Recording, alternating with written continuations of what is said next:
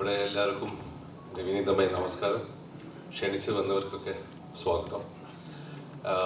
ചെറിയൊരു അപേക്ഷയുണ്ട്. എല്ലാവർക്കും അറിയാവുന്ന ഒരു കാര്യം, നിങ്ങൾക്ക് as being A press member of the press നിങ്ങൾക്ക് ചോദിക്കാനുള്ള എല്ലാ റൈറ്റ്സ് നിങ്ങൾക്കുണ്ട്, ഉത്തരം പറയുന്ന റൈറ്റ്സ് ഞങ്ങൾക്കും ഉണ്ട്. പക്ഷേ ഇപ്പോഴത്തെ ഒരു ചുറ്റുപാടിൽ നമുക്ക് കോൺട്രവേഴ്ഷ്യലായ ക്വസ്റ്റ്യൻസ് എന്നൊക്കെ ഒന്ന് ഒഴിവാക്കിയിട്ട് നമുക്ക് ഈ സിനിമയെ റിലേറ്റഡ് ആയിട്ടുള്ള ക്വസ്റ്റ്യൻസ് ചോദിച്ചാൽ ബെറ്റർ ആയിരിക്കും തോന്നുന്നു. അല്ലെങ്കിൽ ഒരു ചോദ്യത്തിൽ തുടങ്ങി അത് കോൺട്രവേഴ്ഷ്യലായി അത് അങ്ങനെ പോയി നമ്മുടെ സബ്ജക്റ്റ് മാറി ടോപ്പിക്കും മാറി വേറെ പല വിഷയത്തിലോട്ട് നടക്കും. ആ കാര്യങ്ങളൊക്കെ നിങ്ങൾക്ക് ചോദിക്കണമെന്ന് നിങ്ങൾക്ക് എനിക്കറിയാം നിങ്ങൾക്ക് ചോദിക്കാൻ ഉണ്ടെന്നുള്ളത്. പക്ഷെ എന്നാൽ അത് നമുക്ക് പേഴ്സണലും പ്രൈവറ്റ് ആക്കാം. ഇത്രയും പേര് ഞങ്ങൾക്ക് ഒപ്പീനിയൻസ് ഒക്കെ വേറെ ആയിരിക്കും. അതുകൊണ്ട് പേഴ്സണലായിട്ട് നമുക്ക് അതിന് ഉത്തരം പറയാം കേട്ടോ. സോ എൻ്റെ ഒരു അപേക്ഷയാണ്, യു കെൻ ആസ്ക്, ബട്ട് നമുക്ക് മാക്സിമം ഒന്നൊന്ന് അവോയ്ഡ് ചെയ്തിട്ട് സിനിമയെക്കുറിച്ച് പറയാം. അതല്ലേ നല്ലത്. ഓണം വരുമ്പോൾ ആൻഡ് ഓൾറെഡി കഴിഞ്ഞ ഒരു മാസമായിട്ട് ഇതന്നെ എല്ലാവരും കേട്ടുകൊണ്ടിരിക്കുന്നത്. ഇപ്പം നടക്കുന്ന പല പ്രശ്നങ്ങളും മീഡിയയിൽ വരുന്ന പല ന്യൂസുകളും നമുക്ക് തന്നെ ഒരു വിഷമം ഉണ്ടാക്കി തരുന്നുണ്ട്. സോ അതിലേക്ക് കിടക്കാണ്ട് ലെറ്റസ് സിനിമയെക്കുറിച്ചും ഓണത്തെക്കുറിച്ചും സംസാരിക്കാം. Thank you so much. Sir, about the cinema and release, please.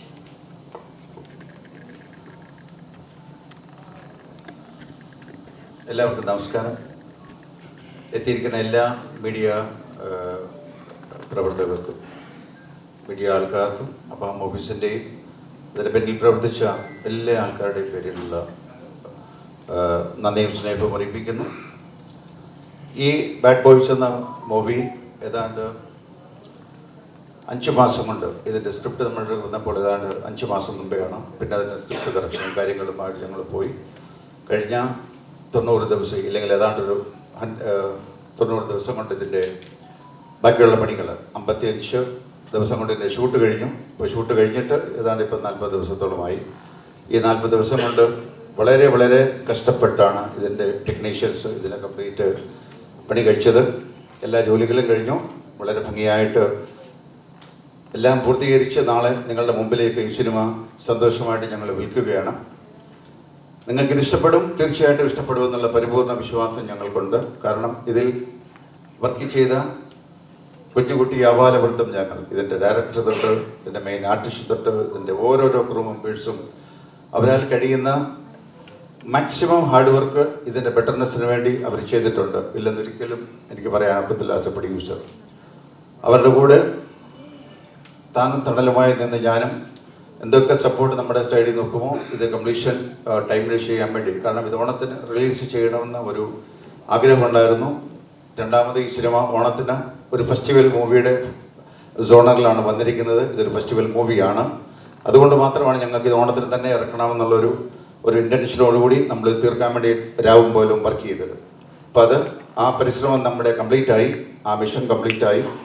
നാളെ ഫസ്റ്റ് ഷോ വനിതാ ടോക്കീസിൽ വെച്ച് എടപ്പള്ളിയിലുള്ള 10 മണിക്ക് നമ്മൾ റിലീസ് ചെയ്യുകയാണ്.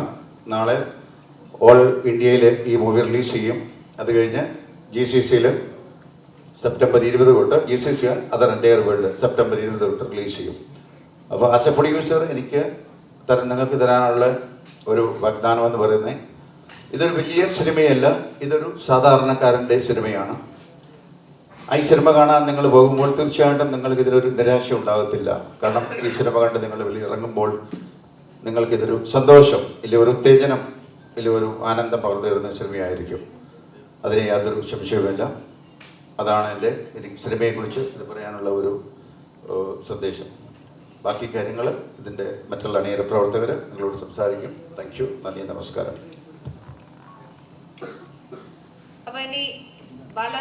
പ്ലീസ്. നമ്മൾ ടീസറിലും ട്രെയിലറിലും ഒക്കെ മുഖം കണ്ടു. എങ്ങനെയാണ് സിനിമയിൽ വരുന്നത്? എല്ലാവർക്കും ആകാംക്ഷയുണ്ട്. കലൈ സിംഗം ദുരൈരാജ് സിംഗം അവിടെയൊരു ക്യാരക്ടർ ചെയ്തിട്ടുണ്ട്. ഏകദേശം എൻ്റെ സ്വഭാവം തന്നെ ഞാൻ ക്യാരക്ടർ പ്രൊഡ്യൂസറായിട്ട് അഭിനയിച്ചിരിക്കുന്നു. ഇൻട്രസ്റ്റിംഗ് ഫാക്ടേഴ്സ് ഉണ്ട്. ഞാൻ ഈ ട്രെയിലറിൽ ഡബിങ് പോയ സമയത്തും ഞാൻ കണ്ട ഒരു കാര്യം, ഇപ്പോൾ ഓണമില്ലയാ, ഓണം ഫെസ്റ്റിവലിൽ നമ്മളൊരു പടം കാണാൻ കയറുമ്പോൾ ഓരോ ഫ്രെയിമിലും ഭയങ്കര കളർഫുള്ളായിട്ടുണ്ട്. പ്രൊഡ്യൂസർ ഹമ്പിളായിട്ട് പറഞ്ഞു ചെറിയ പടം ഒന്നുമില്ല കേട്ടോ, കോടികൾ മുടക്കിയിട്ടുണ്ട്. എനിക്ക് ശമ്പളം കൊടുത്തിട്ടില്ല, ചുമ്മാ പറഞ്ഞത്. ഐ റിയലി അപ്രിഷിയേറ്റ് இந்த அபாம் மூவிஸ். எனக்கு നിങ്ങൾ ആർട്ടിസ്റ്റ് ഒരു പടം എടുക്കുമ്പോൾ ഓരോ ഫ്രെയിമിലും அந்த റിച്ച്നെസ് കൊണ്ടുവരുമ്പോൾ that is called as a festival movie. വരുന്ന ഓഡിയൻസിന് അത് ഭയങ്കര ഒരു ബഹളമായിരിക്കും, സന്തോഷമായിരിക്കും. ആൻഡ് അഫ്കോഴ്സ് റഹ്മാനൊക്കെ അവിടെ ഉണ്ട്. എടുത്തു പറയണമെങ്കിൽ ഞങ്ങളൊരു പടം ചെയ്തു കേട്ടോ, ഐ തിങ്ക് 16 വർഷം മുമ്പ്. ഇപ്പോൾ 16 വർഷം ശേഷം പിന്നെയും ഇപ്പോൾ ഒരു പടം ചെയ്യുന്നുണ്ട്, ഒരു മാറ്റമില്ല, അതേപോലെ ഉണ്ട്. എല്ലാവരും ചോദിക്കുകയാണ് എങ്ങനെ ഈ സീക്രറ്റ്. എനിക്ക് അദ്ദേഹം അന്ന് പറഞ്ഞു കൊടുത്ത ഒരു കാര്യമുണ്ട്, എല്ലാ ദിവസവും 3 കിലോമീറ്റർ ഓടുണ്ട്. എവിടെ വെച്ച്? ദുബായിൽ വെച്ചിട്ടാണ് പറഞ്ഞത്, ഓർമ്മയുണ്ടോ? അതുമാത്രമല്ല, ഞാൻ താമസിക്കുന്ന സ്ഥലത്ത് തന്നെ ഇദ്ദേഹം, അപ്പം ഞാൻ മമത ഒക്കെ ഉണ്ടായിരുന്നു, എല്ലാ ആർട്ടിസ്റ്റിനും വേണ്ടി ഒരു ജിമ്മൊക്കെ റെഡിയാക്കി കൊടുത്തു. സോ ഒരു ആർട്ടിസ്റ്റായിട്ട് പുറകിലെ ഇവരൊക്കെ ചെയ്യുന്ന ഡെഡിക്കേഷൻ, എക്സസൈസ്, ഡയറ്റിംഗ് ഒന്നും നിങ്ങളുടെ മീഡിയയിൽ പുറത്തു പറയില്ല. പക്ഷേ പടത്തിൽ കാണുമ്പോൾ അതിൻ്റെ റിസൾട്ട് കാണാം. He is looking so young and energetic. അത് ആക്ഷൻ സീക്വൻസ് ആവട്ടെ, റൊമാൻസ് ആവട്ടെ, ഡാൻസ് ആവട്ടെ, അതേക്ക് തന്നെ ഏർപ്പെടും. ആൻഡ് വേറെന്താ പറയുക, ആസ് ഐ സെഡ്, ഒരു ഗസ്റ്റ് അപ്പിയറൻസ് തന്നെയാണ്, പക്ഷേ പവർഫുള്ളായിരിക്കും. പിന്നെ ഇക്ക പറഞ്ഞു കോൺട്രവേഴ്സി ചോദ്യങ്ങളൊന്നും ചോദിക്കേണ്ട, ഓണം നല്ല ഒരു പടം. അഫ്കോഴ്സ് ഞാനും ഇക്കാവും പ്രൊഡ്യൂസറും എല്ലാവരും വന്നിരിക്കുന്നത് ബാഡ് ബോയ്സ് പടത്തോടെ പ്രൊമോഷന് വേണ്ടി. പക്ഷേ ടിനി ടാം ആ ഉദ്ദേശത്തിലല്ല വന്നിരിക്കുന്നത്. ഏത് കോൺട്രവേഴ്സി ആണെങ്കിലും ടിനി ടാം എടുത്ത് മുഖം നോക്കി ഓപ്പൺ ആയിട്ടുണ്ടെങ്കിൽ പറയാം. ഏത് കമ്മിറ്റി ആയാലും പുള്ളി ഒന്നും പേടിക്കാത്ത ഒരു മനുഷ്യനാണ്. അപ്പം അങ്ങനെ തുടങ്ങാം കേട്ടോ. അപ്പൊ എന്തിനും തയ്യാറായ ടിനി ടോം ആണോ?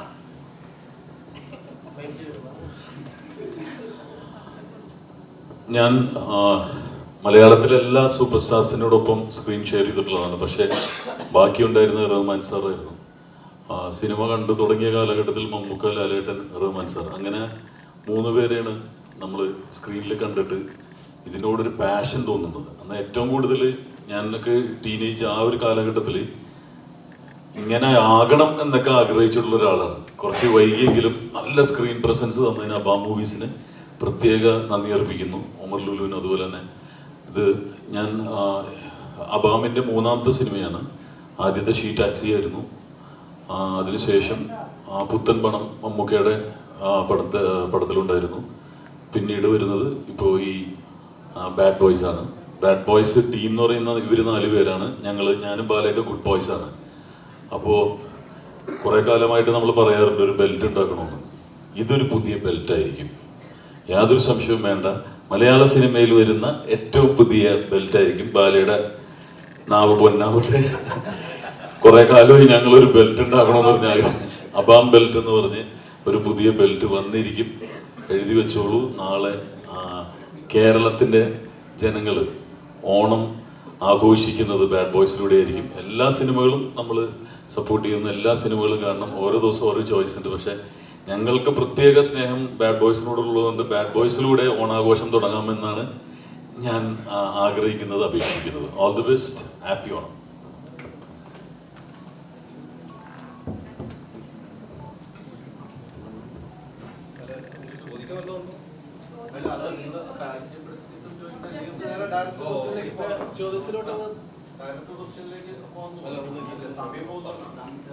നമസ്കാരം. ഒരുപാട് സന്തോഷം. ചെറിയ കോൾഡാണ്.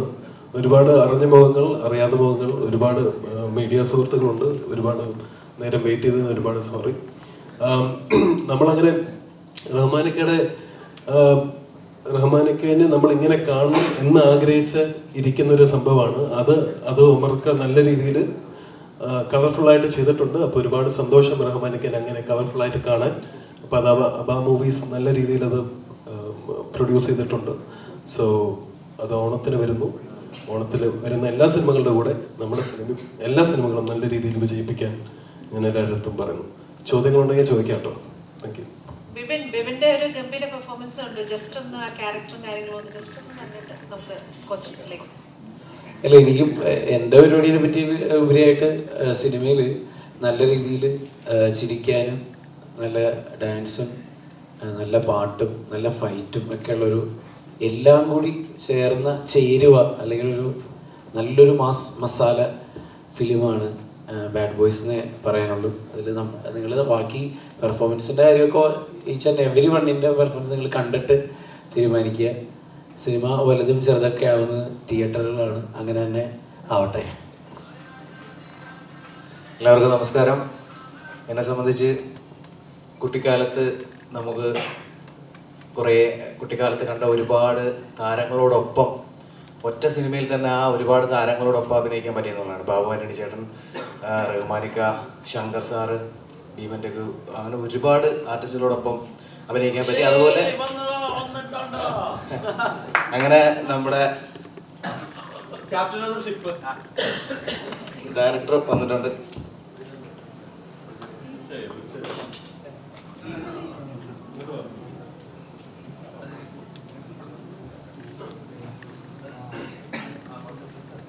അപ്പോൾ അങ്ങനെ ഒരു ഭാഗ്യം ഈ സിനിമയിലൂടെ കിട്ടി. പിന്നെ കുറേ നാളുകൾക്ക് ശേഷം എനിക്കൊരു ത്രൂ ഔട്ട് കോമഡി ക്യാരക്ടറാണ്. അപ്പോൾ എനിക്ക് തോന്നുന്നത് നിങ്ങൾക്കൊക്കെ ഇഷ്ടപ്പെടും എന്നാണ് ഞാൻ വിചാരിക്കുന്നത്. ഞാൻ മാത്രമല്ല, റഹ്മാനിക്ക നമ്മൾ പണ്ട് കണ്ട പോലത്തെ അങ്ങനത്തെ ഒരു കോളേജ് കുമാരൻ അങ്ങനത്തെ ഒരു ഇതൊന്നുമല്ല. പുള്ളിയും കോമഡിയാണ് ചെയ്തിരിക്കുന്നത്.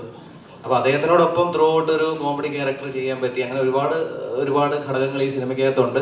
നിങ്ങൾ എന്തായാലും നിങ്ങൾക്ക് ഓണത്തിന് കാണാൻ പറ്റിയ, ഫാമിലി ആയിട്ട് പോയി കാണാൻ പറ്റിയ ഒരു അടിപൊളി സിനിമയായിരിക്കും ഇത്. ബാക്കി നിങ്ങൾ കണ്ടിട്ട് നിങ്ങളുടെ അഭിപ്രായങ്ങൾ അറിയിക്കുക. Thank you.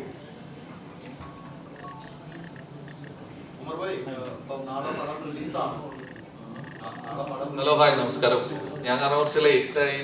ഇന്ന് ക്യൂബിൽ അപ്ലോഡ് ചെയ്ത് ഇതിന്റെ പ്രോസസ്സൊക്കെ കഴിഞ്ഞ് വന്നപ്പോൾ ഒരുപാട് നേരമായി പോയി. അതുകൊണ്ടാണ് സോറി. ചോദിക്കുക. ഞാൻ പറഞ്ഞിട്ട് പറഞ്ഞാൽ മതി ഡയറക്ടർ. എല്ലാവർക്കും നമസ്കാരം. ബാഡ് ബോയ്സ് പറ്റി പറയുകയാണെങ്കിൽ ഇതിലെനിക്ക് പ്രത്യേകത എന്ന് പറയുന്നത് ഈ സിനിമ തന്നെ, ഇതിൻ്റെ കഥാപാത്രം, മൊത്തത്തിൽ ഈ സിനിമയുടെ സ്റ്റൈൽ, ഈ സിനിമയുടെ എന്താ പറയുക ഹൈപ്പ്, ഇതൊക്കെ എനിക്കൊരു ചാലഞ്ചായിട്ടാണ് കാണുന്നത്. നിങ്ങൾക്കാർക്കും ആയിരിക്കില്ല ഇത്. നിങ്ങൾക്ക് ചിലപ്പം ഒരു പക്ഷേ സാധാരണ ഒരു ഹ്യൂമർ ഫിലിം, കോമഡി ഫിലിം ആയിട്ട് കാണുമായിരിക്കും. പക്ഷേ എനിക്കിതൊരു വലിയ ചേഞ്ച്. കാരണം ഞാൻ ഇത്രയും വർഷങ്ങൾ, കഴിഞ്ഞ ഒരു 10 വർഷങ്ങളായിട്ട് ചെയ്തുകൊണ്ടിരുന്ന കഥാപാത്രങ്ങൾക്ക് നേരെ ഓപ്പോസിറ്റ് ആയിട്ടുള്ളൊരു ക്യാരക്ടറാണ് ഞാൻ ചെയ്യുന്നത്. കഥ കേട്ടപ്പോൾ ഒരുപാട് ചിരിച്ചു. 3-4 തവണ ഉമ്മറേൻ്റെ അടുത്ത് വന്നും പല ലൊക്കേഷനും ഈ കഥ പറയുകയും ഇതിൻ്റെ ഒപ്പം നമ്മുടെ സാരംഗ് ജയപ്രകാശ് പുള്ളി ഈ കഥ പറയുമ്പോഴും ഓരോരുത്തരുടെ വോയിസിൽ ആണ് മിമിക്രി ഒക്കെ പറഞ്ഞിട്ടാണ് ഡയലോഗ് പറഞ്ഞത്. ഇതൊക്കെ കേക്ക് എനിക്ക് ഭയങ്കര അന്ന് ഒരുപാട് പൊട്ടിച്ചിരിക്കുകയുണ്ടായിരുന്നു. സിനിമ കഥ ഇഷ്ടപ്പെട്ടു, പക്ഷെ ചെയ്യാനുള്ള ധൈര്യം എനിക്കുണ്ടായിരുന്നില്ല. ഞാൻ ഇങ്ങനെയൊക്കെ ചോദിച്ചു. അപ്പം ഞാൻ ആദ്യത്തെ ചോദ്യം ചോദിച്ചത്, ഈ കഥയുമായിട്ട് എൻ്റെ അടുത്തേക്ക് എങ്ങനെ ഉമ്മറ വന്നത്? നിങ്ങൾ എന്നെ എന്താ കണ്ടത്? ഞാനൊരു കോമഡി ഇതുവരെ ചെയ്തിട്ടില്ലല്ലോ. അപ്പോൾ പുള്ളി തന്ന ഓർപ്പിലും ധൈര്യത്തിലാണ് സത്യം. ഇത് ഞാൻ പല ഇൻ്റർവ്യൂവിലും പറഞ്ഞിട്ടുണ്ട്. ആണ് ഞാൻ ഇന്ന് ബാഡ് ബോയ്സ് ചെയ്തിരിക്കുന്നത്. പിന്നെ ഇത് ഈ ക്യാരക്ടറിലോട്ട് ഇറങ്ങാൻ തന്നെ ഒരു ചെറിയൊരു ട്രാൻസ്ഫോർമേഷൻ്റെ ആവശ്യമുണ്ടായിരുന്നു എനിക്ക്. അത് എളുപ്പമുള്ളൊരു കാര്യമായിരുന്നില്ല. അത് ആസ് എൻ ആക്ടർ എനിക്ക് മാത്രമേ അത് മനസ്സിലാക്കൂ, ബാക്കിയുള്ള ആക്ടേഴ്സിനും. അപ്പോൾ സന്തോഷം ഞാൻ ഈ പടം ചെയ്തതിൽ. ആൻഡ് ഈ പടം നമ്മളിത് ഡിസ്കഷൻ്റെ സമയത്ത് ഇത് ചെയ്യുമ്പോൾ തന്നെ എൻ്റെയും ഒമറുടെയും ആഗ്രഹമായിരുന്നു ഒരു ഓണം റിലീസ് ആക്കിയല്ലോ എന്നൊക്കെ വിചാരിച്ചിട്ട്. എനിക്കും ആദ്യമായിട്ടാണ് ഒരു ഓണത്തിന്, ഒരുപാട് വർഷങ്ങൾക്ക് ശേഷമാണ് ഓണത്തിനൊരു റിലീസ് നമ്മൾ പ്ലാൻ ചെയ്യുന്നത്. പക്ഷേ ഞങ്ങൾക്കിങ്ങനെ സ്വപ്നം കാണാൻ പറ്റുള്ളൂ, ആഗ്രഹങ്ങളുണ്ട്, മോഹങ്ങളുണ്ട്. പക്ഷേ ഇതിനൊക്കെ റെഡിയായിട്ട് നമ്മുടെ ഫിനാൻഷ്യൽ ബാക്കിംഗ് വേണമല്ലോ. അങ്ങനെയാണ് നമ്മൾ അബാ മൂവീസ്, എബ്രഹാം മാത്യൂസ്, ഷീല എബ്രഹാം ഞങ്ങൾക്ക് ഒപ്പം സഹകരിച്ചുകൊണ്ട് ഈ പടത്തിന്, എനിക്കിപ്പോഴും ഓർമ്മയുണ്ട്, എൻ്റെ റൂമിലിരുന്നിട്ട് മാത്യു സാർ എൻ്റെ അടുത്ത് എന്ത് വന്നാലും ഞാനിത് ഓണത്തിന് റിലീസ് ചെയ്തിരിക്കുമ്പോൾ അമ്മൻ ഒരു കാര്യത്തിലും ടെൻഷൻ ആവണ്ട, ഈ പടം ചെയ്യാനും പുള്ളി എനിക്ക് ധൈര്യം തന്ന ആളാണ് സത്യം. And thank you Abraham, thank you so much. ഉമ്മറുടെ അടുത്ത് ഞാൻ നന്ദി പറഞ്ഞില്ല. ഉമ്മറെ ഞാൻ കാണുന്ന ഒരു ഫ്രണ്ടിനെ പോലെയാണ്, ഒരു ബ്രദർ സ്ഥാനത്ത്. ചേട്ടന് അനിയനെ പോലെ ചേട്ടൻ. ഓക്കെ ചേട്ടൻ. സോ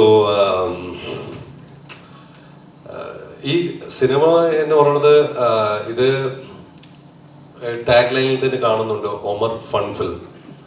അതായത് it's a very cool take it easy kind of ഫിലിമാണ്. ഫീൽ ഗുഡ് ഫിലിമാണ്. ഒരുപാട് ചിരിക്കാൻ, അതായത് ഇതിന് അണ്ടർ കറണ്ട് എന്ന് പറയുന്നത് ഹ്യൂമറാണ്. പക്ഷേ ഹ്യൂമർ മാത്രമല്ല, ഇതിൽ നല്ല എമോഷൻസും ഉണ്ട്, നല്ലൊരു കഥ, ഒരു ലൈൻ പോകുന്നുണ്ട്, സ്റ്റോറി ലൈൻ, അത്യാവശ്യത്തിന് ഫൈറ്റും ഉണ്ട്, നല്ല പാട്ടുകളുണ്ട്, ഡാൻസും ഉണ്ട്. സോ ഓണത്തിന് വേണ്ട, ഉത്സവത്തിന് വേണ്ട ഒരു എല്ലാ ഐറ്റംസും ഈ സിനിമയിൽ ഉണ്ടെന്നാണ് എൻ്റെ വിശ്വാസം. അത് വളരെ ബ്യൂട്ടിഫുൾ ആയിട്ട് ഒമർ ഇത് ചെയ്തിട്ടുണ്ട്. ഞാൻ സത്യത്തിൽ പറയുകയാണെങ്കിൽ ഈ കഥ കേൾക്കുമ്പോഴൊക്കെ ഡയറക്ടർമാർ അഭിനയിച്ചൊക്കെ കാണിക്കുകയൊക്കെ ചെയ്യും, ഇതൊക്കെ പോലെ ഉണ്ടായിരുന്നു. പക്ഷേ ഇത്ര ഒരു വലിയ സ്കെയിലിൽ എത്തിക്കും എന്ന് സ്വപ്നത്തിൽ പോലും ഞാൻ കണ്ടില്ല. ഇത് സത്യമാണ്. ഞാൻ ഇങ്ങനെ വരുന്നു, അതുകൊണ്ട് എനിക്ക് ഒരുപാട് ടെൻഷൻ ഉണ്ടെന്നാണ്. നാളെ റിലീസ് ചെയ്യാൻ പോകുന്ന സിനിമയെക്കുറിച്ച് എനിക്ക് ഒരുപാട് ടെൻഷൻ. സിനിമ നന്നായിട്ടുണ്ടെന്ന് അറിയാം, പക്ഷെ എന്നാൽ പോലും ചെറിയൊരു പേടിയുണ്ട്, ബിക്കോസ് ഇതിൻ്റെ ഹൈപ്പൊക്കെ കണ്ടിട്ട്. ആൻഡ് താങ്ക് യു ഒമർ, ഈ വേദിയിലാണെങ്കിലും ഞാൻ ഇതുവരെ നന്ദി പറഞ്ഞില്ല. Thank you so much.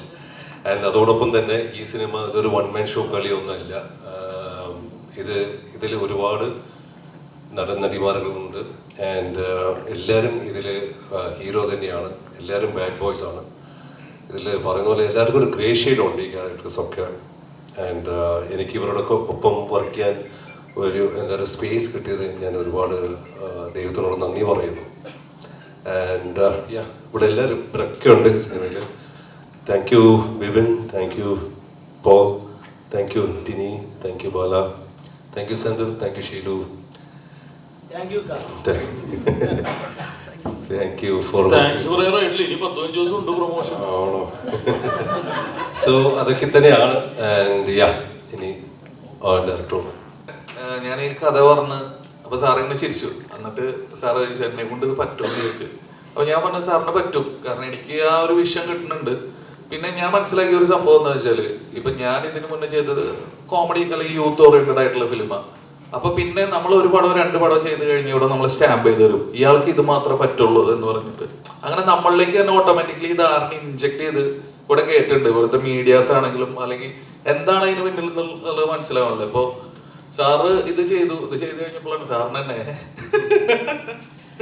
അപ്പോ ഇത് ശരിക്കും പർപ്പസ്ഫുള്ളി ചെയ്യുന്നതാണോ അല്ലെങ്കിൽ ഇതിന്റെ പിന്നില് എന്താണ് എന്ന് മനസ്സിലാവുള്ളൂ. ഒരാൾക്ക് ഇന്നത് മാത്രമേ പറ്റുള്ളൂ എന്ന് പറഞ്ഞ സ്റ്റാമ്പ് അടിക്കുന്ന ഒരു പ്രവണത മലയാളികൾക്ക് ഇടയിൽ ഭയങ്കരമായിട്ട് കൂടി ഇതുണ്ട്. എനിക്ക് അങ്ങനെ ഫീൽ ചെയ്തിട്ടുണ്ട്. അപ്പൊ എൻ്റെ ഒരു ശ്രമമാണ്, എന്നെ സ്റ്റാമ്പ് ചെയ്തെന്ന് പൊളിച്ച് മാറ്റാനുള്ള എൻ്റെ ഒരു ശ്രമമാണ് ഈ സിനിമ. അതിന് എൻ്റെ കൂടെ നിന്ന് Rahman sir, producer Abraham sir, Sheelu, എല്ലാവരും നിങ്ങൾ എൻ്റെ കൂടെ നിൽക്കണമെന്ന് ഞാൻ എന്താ പറയാ അത്രയും ഇതിലാ പറയണത്. പിന്നെ എങ്ങനെ വന്നാലും ബോറടിക്കൂല, പക്ക ഒരു എന്റർടൈനർ ആയിട്ടാണ് ഞങ്ങൾ ഒരുക്കാൻ ശ്രമിച്ചിട്ടുള്ളത്.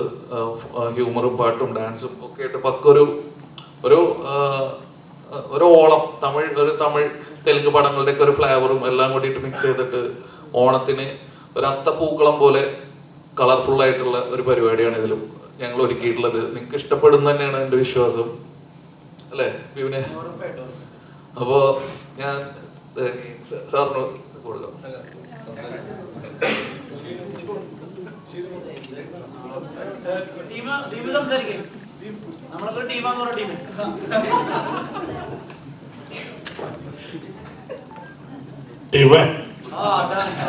നമസ്കാരം. വളരെ സന്തോഷം. എൻ്റെ ഈ സിനിമയിൽ എൻ്റെ പേര് ടീം എന്ന് തന്നെയാണ്. ഞാൻ ഒരുപാട് നാളായിട്ട് സിനിമയിലൊന്നും കാണുന്നില്ലെന്നാണ് എല്ലാവരുടെയും പരാതി. ഞാൻ 18 വർഷമായി ഈ ഫീൽഡിൽ ഇറങ്ങിയിട്ട്. മലയാള സിനിമയിൽ ഏറ്റവും കൂടുതൽ ഗുണ്ടയായിട്ട് അഭിനയിച്ച വ്യക്തിയാണ്. 100-100ഓളം സിനിമയിൽ ഗുണ്ടയായിട്ട് അഭിനയിച്ചിട്ടുണ്ട്. പക്ഷേ ഗുണ്ടകളായിട്ട് അഭിനയിച്ചപ്പോഴും ഗുണ്ട തന്നെയായിരുന്നു.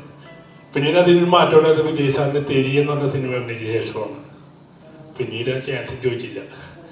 ചാൻസ് ചോദിക്കാതെ എനിക്ക് സിനിമയിൽ അവസരമൊന്നും ഇല്ലായിരുന്നു. അങ്ങനെയാണ് മുരളി സാർ എന്നെ ഈ പടത്തിലേക്ക് വിളിച്ചത്. ഈ സിനിമയിൽ ഞാൻ ഗുണ്ടയല്ല, അത് ആദ്യം തന്നെ പറഞ്ഞോളാം. സ്റ്റാർ മ്യൂസിക്കിലൂടെയൊക്കെ എന്നെ കോമഡി ചെയ്യാനായിട്ടാണ് ഇപ്പോൾ കാണുന്നത്. ഇപ്പോൾ ചെറിയ കോമഡി സീനൊക്കെ ചെയ്തിട്ടുണ്ട്. ഇതിൽ ഇത്തിരി മാസ ഡയലോഗ് തന്നിട്ടുണ്ട്. ഒരു കൊച്ചിക്കാരനായിട്ട് അസലൊരു പച്ച ഒരു കൊച്ചിക്കാരനായിട്ട് അഭിനയിച്ചേക്കുന്നത്.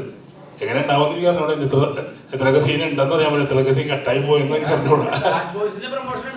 എന്റെ പ്രൊമോഷൻ പറയട്ടെ. അപ്പൊ ബാഡ് ബോയ്സ് എനിക്ക് തോന്നുന്നത് ഈ ആർട്ടിസ്റ്റ് ഒരുപാട് പേര് പ്രൊമോട്ട് ചെയ്തിട്ടുണ്ട്. ഞാൻ ചെറിയ വേഷമാണെങ്കിൽ ഞാൻ ഒരുപാട് സ്ഥലത്ത് നമ്മുടെ പടം പ്രൊമോട്ട് ചെയ്തിട്ടുണ്ട്. ഞാൻ പോകുന്ന സ്ഥലത്ത് എല്ലായിടത്തും ബാഡ് ബോയ്സിനെ പറ്റി പറഞ്ഞിട്ടുണ്ട്. അത് തന്നെ എനിക്ക് സന്തോഷം. അപ്പോൾ ഈ സിനിമ എല്ലാവരും കാണുമെന്ന് എനിക്കറിയാം. എല്ലാവരും കാണുന്ന സിനിമയിൽ അഭിനയിക്കാൻ പറ്റിയതിൽ വളരെ സന്തോഷമുണ്ട്. ഇനി തുടങ്ങി സിനിമയിൽ ഞാനും ഉണ്ടാവും. ഇനി ഇറങ്ങുന്ന സിനിമകളിലൊക്കെ ഇനി ഞാൻ ചാൻസ് ഒക്കെ ചോദിക്കാൻ പോവുകയാണ്.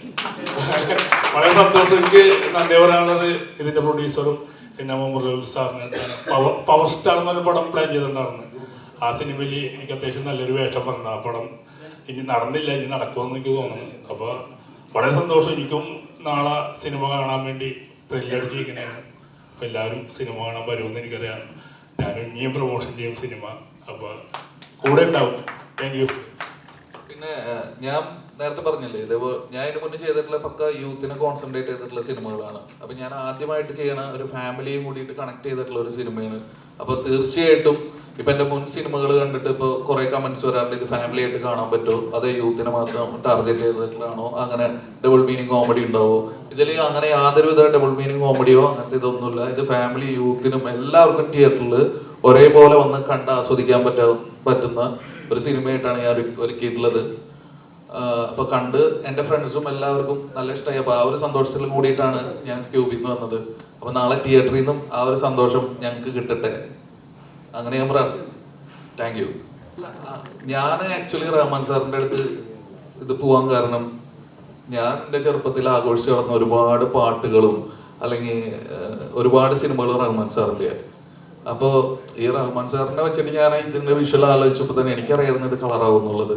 അതായിരുന്നു എൻ്റെ കോൺഫിഡൻസും. അതുകൊണ്ട് തന്നെയാണ് റഹ്മാൻ സാറിലേക്ക് പോയത്. പ്രസന്റിംഗ് എവർഗ്രീൻ സ്റ്റാർ എന്ന് പറയുന്ന ഒരു ടൈറ്റിൽ കൊടുക്കുമ്പോൾ തന്നെ അതൊരു വെയിറ്റ്, ഒരു പ്രഷർ പോലെയാണ്. അപ്പോൾ ഈ ഒരു ഗ്യാപ്പിന് ശേഷം ചെയ്യുന്ന മലയാള ചിത്രത്തിൽ ഇങ്ങനെ ചിന്തിച്ചിരുന്നോ, ഞാൻ ഈ കഥാപാത്രം ചെയ്യുമ്പോൾ പ്രേക്ഷകർ എങ്ങനെയായിരിക്കും ജഡ്ജ് ചെയ്യുക, അങ്ങനെ തോട്ടപ്പള്ളിയിൽ പോയിട്ടുണ്ടായിരുന്നു? ഉണ്ട്. പിന്നെ ഞാൻ പറഞ്ഞത് ഇത് എനിക്ക് ടോട്ടലി ഒരു ചാലഞ്ചിങ് ആണ്. ആസ് എൻ ആക്ടർ നമ്മൾ ഡിഫറെൻറ്റ് കഥാപാത്രങ്ങൾ ചെയ്യണം എന്നാണ് ഞങ്ങൾക്ക് എല്ലാവർക്കും ആഗ്രഹം. അപ്പോൾ ഞാൻ പറഞ്ഞത് ഇത് എളുപ്പം പണിയല്ല. നിങ്ങൾക്ക് സിനിമ കാണുമ്പോൾ ആ സ്ട്രെയിൻ തോന്നൂലായിരിക്കാം. എനിക്ക് എന്നെ സംബന്ധിച്ച് അത് വലിയൊരു സ്ട്രെയിൻ തന്നെയാണ്. കാരണം ഇതുവരെ നമ്മളൊരു പാറ്റേൺ ഓഫ് ക്യാരക്ടേഴ്സ് ചെയ്തിട്ട് പെട്ടെന്ന് ഓപ്പോസിറ്റായിട്ട് ചെയ്യുമ്പോൾ ഉണ്ടാകുന്നുള്ള ശ്രമങ്ങളുണ്ട്. അപ്പം അതും ഓവർ ആവാൻ പാടില്ല. നമ്മളിതൊരു ഹ്യൂമർ ചെയ്യുന്നത് അത്ര എളുപ്പമുള്ള കാര്യമല്ല, എനിക്കറിയാം. കാരണം അത് ഞാൻ ചെയ്യുമ്പോഴേ ഞാൻ അറിയുന്നത്.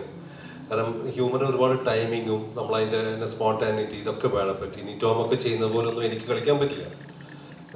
എൻ്റെ ഇതല്ല, എൻ്റെ റൂട്ടല്ല. അല്ല, അവരൊക്കെ അത്രയും എക്സ്പീരിയൻസ്ഡ് ആണ്.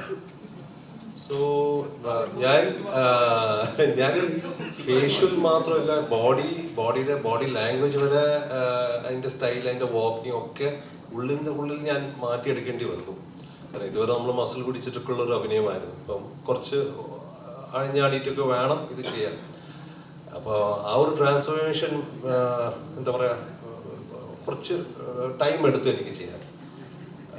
പക്ഷെ ഓഫ്കോഴ്സ് ഇതേത്തെ പോലെ ഒരു ഡയറക്ടർ ഉണ്ടാകുമ്പോൾ എനിക്ക് മാത്രമല്ല, ഞങ്ങൾക്ക് സെറ്റിൽ തന്നെ എല്ലാവർക്കും അവരുടേതായിട്ടുള്ള ഫ്രീഡം, സ്പേസ് കൊടുത്തു. എന്ത് സജഷനും പറഞ്ഞാലും പുള്ളിക്ക് ഇഷ്ടപ്പെട്ട, പുള്ളി അത് ഭയങ്കര രസിച്ചിട്ട് അങ്ങനെയുണ്ട്. പിന്നെ ഇഷ്ടപ്പെട്ടെങ്കിൽ തന്നെ ആദ്യം ഓക്കെ പറഞ്ഞ് പിന്നെ പറഞ്ഞ് മാറ്റി പഴയതുപോലെയൊക്കെ കൊണ്ടുവരും. അപ്പൊ നമ്മുടെ സജഷനൊക്കെ നോക്കി അവിടെ ഒരു കുഴിയുണ്ട്. ഇപ്പൊ അവിടെ പോയി കഴിഞ്ഞാൽ ഒരുപാട് പേര്, അത് ബിബിന്റെയും പിഷാരുടെയും ആണ് ഏറ്റവും അധികം കുഴിയില് ഏറ്റവും അധികം ഉണ്ടാവും. അവിടെ എളുപ്പമുണ്ട്. സെക്കൻഡ് പാർട്ടിൽ ചിലപ്പോൾ നമ്മൾ വൈകിയായിരിക്കാം. റഹ്മാൻ സാർ, ഇപ്പം ടീസറിലാണെങ്കിലും ട്രെയിലറിലാണെങ്കിലും കൂടുതൽ ആളുകൾ കമന്റ് ചെയ്തേക്കുന്ന റഹ്മാൻ സാറിനെ പറ്റിയാണ്. എന്തൊരു സ്ക്രീൻ പ്രസൻസ് ആണ്. ഈ പടം ഹിറ്റ് ആണെങ്കിൽ ഇനി മലയാള സിനിമയിൽ റഹ്മാൻ സാറിന് നല്ലൊരു സ്പേസ് ഉണ്ടാകും എന്നുള്ള രീതിയിലൊക്കെ. അപ്പം അത്തരത്തിലുള്ള കമന്റുകളൊക്കെ കണ്ടിരുന്നു. ഞാൻ ഒരു മറുപടി പറയട്ടെ. ഇത്രയും കാലം ഈ ഹെയർ സ്റ്റൈലിൽ ഇപ്പം എടുക്കുന്ന ഒരു ഹെയർ സ്റ്റൈലിൽ കണ്ടു. പക്ഷേ ഈ പടത്തിൽ പൂജ നടന്നു ഞങ്ങളൊക്കെ നേരത്തെ വന്നു. അപ്പോൾ ക്യാരവനിൽ ചേട്ടൻ ഇറങ്ങി വരുമായിരുന്നു. ഷോർട്ട് ഹെയർ കട്ട് ചെയ്തിട്ട് വൈറ്റ് കളർ ഷർട്ട് എല്ലാം വന്നപ്പോൾ എനിക്ക് എൻ്റെ മനസ്സിൽ തോന്നി പറയുന്നത്, എവിടെയോ മമ്മൂക്ക പോലെ ഉണ്ടല്ലോ അല്ലേ? ഇത് എനിക്ക് മാത്രമല്ല, ഇതൊക്കെ കൈയടിക്കാം. സംടൈംസ് ഒരു ആർട്ടിസ്റ്റ് ഒരു കഥാപാത്രത്തിൽ റെഡി ആയിട്ട് വരുമ്പോൾ ഒരു മാജിക് സംഭവിക്കും സ്ക്രീനിൽ. അന്ന് എനിക്ക് പടം പൂജയിലത് തോന്നിയത്. മമ്മൂട്ടി സാർ മാറി എടുക്കാറുപ്പ இப்போ ட்ரெய்லர் കാണുമ്പോൾ அந்த ஒரு സ്ക്രീനിൽ அந்த ആക്ഷൻ സീക്വൻസ് ബോട്ടിൽ എടുത്ത് അടിക്കുമ്പോഴൊക്കെ എൻ്റെ വീട്ടിലിരിക്കുന്ന സാധാരണക്കാരല്ലേ റഹ്മാൻ കാണുമ്പോൾ മമ്മൂക്ക പോലെ ഉണ്ടല്ലോ, ഏതോ റെസംബ്ലൻസ് ഉണ്ടല്ലോ. அந்த ഹെയർ സ്റ്റൈൽ മാറ്റിയതാണോ ഇല്ല ബോഡി ലാംഗ്വേജ് ആണോ എന്താണല്ലേ, വേറെ എന്തെങ്കിലും മമ്മൂക്ക ചെയ്ത ഒരു കഥാപാത്രമാണോ, ഒരു കമ്പാരിസൺ വരുന്നുണ്ട്, അങ്ങ് ഒരു മാജിക് ഫോളോ ആവുന്നുണ്ട്. അത് പടത്തിൽ വർക്കൗട്ട് ആണെന്ന് തോന്നുന്നുണ്ട്. ഇല്ല എല്ലാവരും പറയുന്നു, ഇത് എൻ്റെ ഒരു തനിപ്പെട്ട ഒരു അഭിപ്രായം ഇല്ല.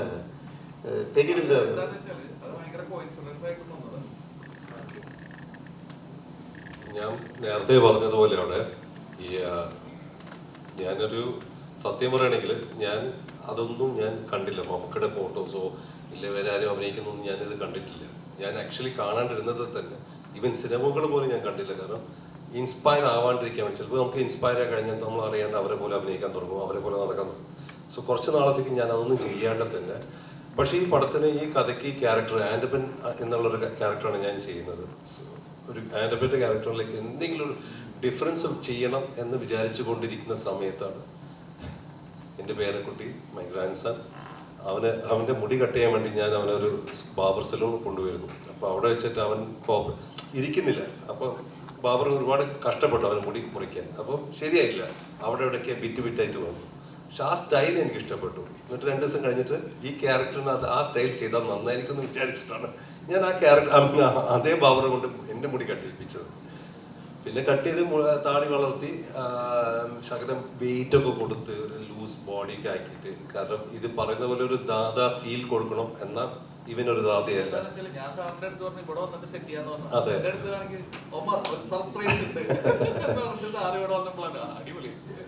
എന്നിട്ട് ഇതെല്ലാം ഇരുന്ന് ഒരു 4-ാം ദിവസം ഞാനും ടിനി ടോം ഇരിക്കും. ഇവൻ ടിനി ടോം എല്ലാവരും കൂടിയും വർക്ക് ചെയ്യുന്നുണ്ടെന്ന് പറഞ്ഞു. പക്ഷെ ആരും സെറ്റിലൊന്നും പറയുന്നത് കേട്ടില്ല. ഞങ്ങൾ 2 പേരും ഇരുന്ന് ഒരു ഫോട്ടോ എടുത്തു. ഞാനൊരു കറുത്ത ജുബയും മുണ്ടിട്ടിരിക്കുമ്പോൾ ആ ഫോട്ടോ വൈറലായി. അവിടെ നിന്നാണ് ഇത് തുടങ്ങിയത്. ടെർബോ ലുക്ക്, മറ്റേ ടെർബോ ജോസ് ആയിട്ട് ചേട്ടൻ അനിയനായിട്ട് വരുന്നു, ആ സിനിമയിൽ ഗസ്റ്റ് അപ്പിയറൻസ് എന്നൊക്കെയാണ് പലരും കമന്റ് റിവ്യൂസ് ഒക്കെ എഴുതിയിരിക്കുന്നത്. അപ്പോഴാണ് ഞാൻ ഇച്ചക്കയുടെ ഫോട്ടോ കാണുന്നത്. അതാണ് അതിൻ്റെ സത്യം. അല്ലാണ്ട് ഞാൻ അദ്ദേഹത്തിൻ്റെ സ്റ്റൈലിൽ കോപ്പി അടിച്ചാൽ അറിഞ്ഞിരുന്നെങ്കിൽ ഒരു പക്ഷേ ഞാൻ ആ സ്റ്റൈൽ ചെയ്യില്ലായിരുന്നു, ഞാൻ മാറ്റി പിടിച്ചായിരുന്നു വേറെ എന്തെങ്കിലും. അത് സത്യം. ഞങ്ങൾക്ക് എല്ലാവർക്കും വിന്റേജ് മലയാള സിനിമയിൽ ഒരു നൊസ്റ്റാൾജിയ ഉണ്ട്. റഹ്മാൻ എന്നൊരു ആക്ടർ എന്താ അയാൾ ചെയ്തു വെച്ച സിനിമകൾ ഞങ്ങൾ പല ആവർത്തി കാണാൻ നേരത്ത് ഇത് ആ സ്റ്റൈലും ആ ഡാൻസും കാര്യങ്ങളൊക്കെ ഞങ്ങൾക്കൊരു നൊസ്റ്റ് ഓർമ്മയായിട്ട് നിൽക്കുന്നു. പക്ഷെ നേരെ തിരിച്ച് റഹ്മാൻ എന്ന് പറഞ്ഞ ആക്ടർ ചിന്തിക്കാൻ നേരത്ത് ഏതൊരു ആക്ടറും മനസ്സിൽ തോന്നുന്നൊരു ചിന്തയുണ്ടല്ലോ, ഞാൻ ചെയ്തു വെച്ചൊരു സ്പേസ് മലയാള സിനിമയിൽ കിടപ്പുണ്ട് എന്ന് പറഞ്ഞ ഒരു സംഗതി. അതിലേക്ക് തിരിച്ചു ചെല്ലണം. ഞാൻ ലീഡായിട്ടുള്ള ചിത്രങ്ങൾ, മലയാള സിനിമയിൽ എൻ്റെ സ്ഥാനം എന്നൊരു ഓർമ്മ എപ്പോഴും മനസ്സിൽ അവശേഷിക്കുന്നുണ്ടായിരുന്നു. അതോടൊപ്പം തന്നെ അതിനൊരു തുടക്കം കുറിക്കലാണ് ഇത്. ഇപ്പൊ നമുക്കറിയാം റീസെന്റ് മലയാള സിനിമയിൽ ജഗദീഷ് ചേട്ടൻ അടക്കമുള്ള പല ആക്ടേഴ്സും അവരുടെ കരിയറിൽ തന്നെ ബെസ്റ്റ് പെർഫോമൻസ് കാഴ്ചവെക്കുന്നു. മമ്മൂക്ക അടക്കമുള്ളവര് സ്പേസ് ഇവിടെ ഉണ്ട്. ഇവിടെ മലയാള സിനിമ മാറി എന്ന് പറയാൻ നേരത്ത് പ്രേക്ഷകർ അതിനോടൊപ്പം സഞ്ചരിച്ചു. ഞാൻ പറയുകയാണെങ്കിൽ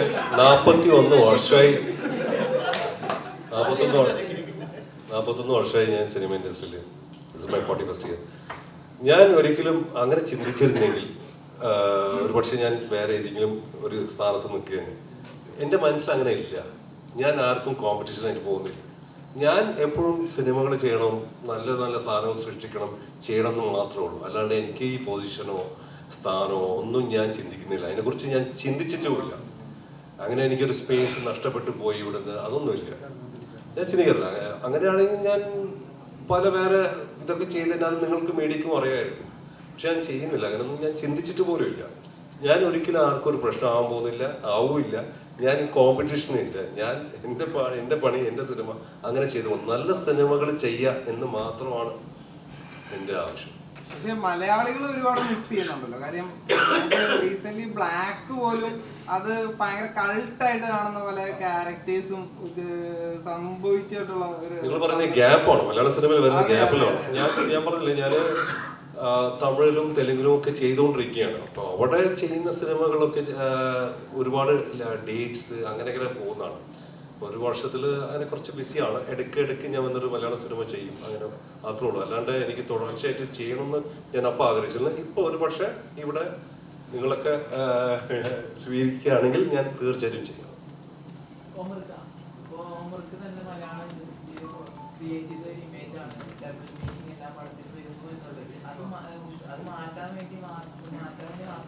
അല്ല, അത് മാറ്റാൻ വേണ്ടി മാത്രമല്ല, എന്നെ സംബന്ധിച്ചിട്ട് എല്ലാ തരം സിനിമകൾ ചെയ്യണമെന്ന് എനിക്ക് ഒരുപാട് ആഗ്രഹമുള്ള വ്യക്തിയായി.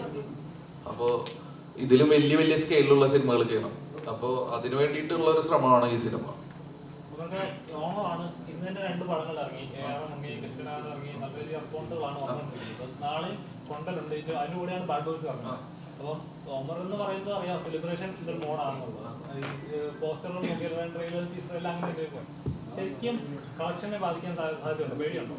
ഇല്ല, എന്റെ ആദ്യ ചിത്രം ഇറങ്ങിയ ഹാപ്പി വെഡിങ്, അതിന്റെ കൂടെ ഇറങ്ങിയ പടങ്ങള് കമ്മട്ടിപ്പാടം, ആടുപുലിയാട്ടം, യോദ്ധാവ്, അങ്ങനെ ഒരുപാട് പടങ്ങളുടെ കൂടെ ആദ്യ സിനിമ ഇറക്കിയ വ്യക്തിയാണ് അന്നും. എന്നിട്ട് ഇതിന്റെയൊക്കെ ഇടയിൽ ഹാപ്പി വെഡിങ് ഹിറ്റായിട്ട് 100 ദിവസം കയറി. അപ്പൊ പിന്നെ ഇപ്പൊ അങ്ങനെ പേടിക്കേണ്ട കാര്യമില്ല. നല്ല സിനിമയാണെങ്കിൽ ആളുകൾക്ക് ഇഷ്ടപ്പെടുകയാണെങ്കിൽ തീർച്ചയായിട്ടും വിജയിക്കും. അതിന് നല്ല രീതിയിൽ ഞങ്ങൾ പബ്ലിസിറ്റിയും പരിപാടിയൊക്കെ കൊടുക്കണം എന്ന് മാത്രം. മാർക്കറ്റിംഗ് ഒന്ന് അടിപൊളിയാക്കി മതി. അങ്ങനെ ഇരിക്കുമ്പോഴാണ് ഷീൽമാമ പോസ്റ്റ് എടുത്തത്. ആ പോസ്റ്റ് എടുത്ത വലിയ രീതിയിൽ ചർച്ച ചെയ്യപ്പെട്ടിരിക്കുകയാണ്.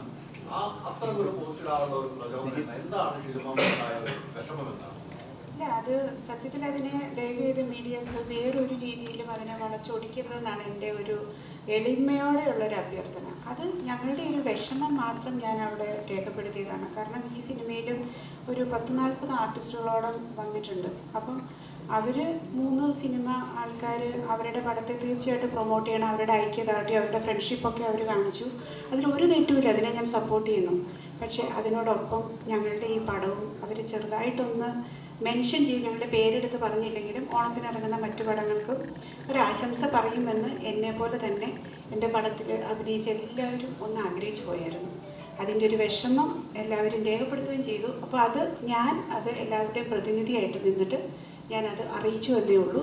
അതിനെപ്പറ്റി ഇനിയൊരു ഡിസ്കഷൻ ഇവിടെ ആവശ്യമില്ല. അത് അവിടെ തീർന്നു. അതിനെപ്പറ്റി വേറൊരു രീതിയിലും വളച്ചൊടിക്കരുത് എന്നാണ് എൻ്റെ ഒരു വലിയ അഭ്യർത്ഥന. അതിനെ ഞാൻ ഇട്ട പോസ്റ്റിൽ എന്താണെന്നുള്ളത് വളരെ വ്യക്തമായിട്ട് എഴുതിയിട്ടുണ്ട്. അതിനപ്പുറത്തേക്ക് ദയവ് ചെയ്ത് ആരും ചിന്തിക്കേണ്ട. അല്ല, ഈ റീസെന്റ് സിനാരിയോയില് പവർ ഗ്രൂപ്പ് എന്നൊക്കെ പറയാൻ നേരത്ത് മലയാള പ്രേക്ഷകർ ഇങ്ങനെ നെട്ടു. ആ സന്ദർഭത്തിലാണല്ലോ അത്തരത്തിലൊരു പരാമർശം നടത്തിയത്. എന്ത് പരാമർശം? ഞാൻ വ്യക്തമായിട്ട് എഴുതിയിട്ടുണ്ടല്ലോ അത്.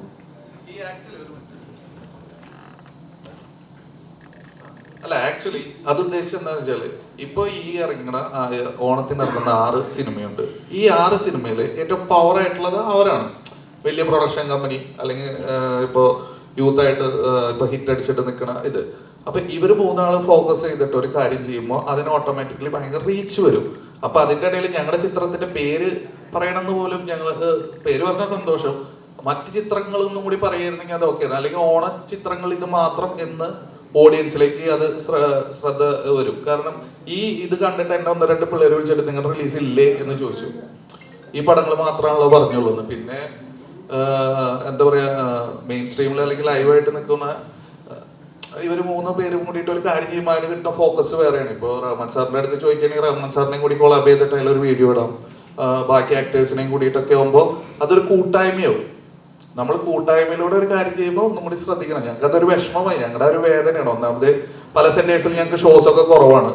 അപ്പൊ അതിന്റെ ഇടയിൽ ഇങ്ങനെയും കൂടിയിട്ടൊക്കെ വരുമ്പോൾ നമ്മൾ ഒരുപാട് കഷ്ടപ്പെട്ട് എഫേർട്ട് എടുത്തിട്ടല്ല എല്ലാവരും സിനിമ ചെയ്യുന്നത്. അപ്പോൾ അങ്ങനെ ഒരു 3 പേര് ഒറ്റയ്ക്ക് 3 പേര് കൂടി ഒരു കാര്യം ചെയ്തപ്പോൾ അതിൽ ഞങ്ങളും കൂടിയിട്ട് ഉൾപ്പെടുത്താമായിരുന്നു എന്ന് നമ്മുടെ ഒരു ആഗ്രഹം ഉണ്ടാവില്ലേ? ആ ഒരു ആഗ്രഹമാണ് ആ പോസ്റ്റ്.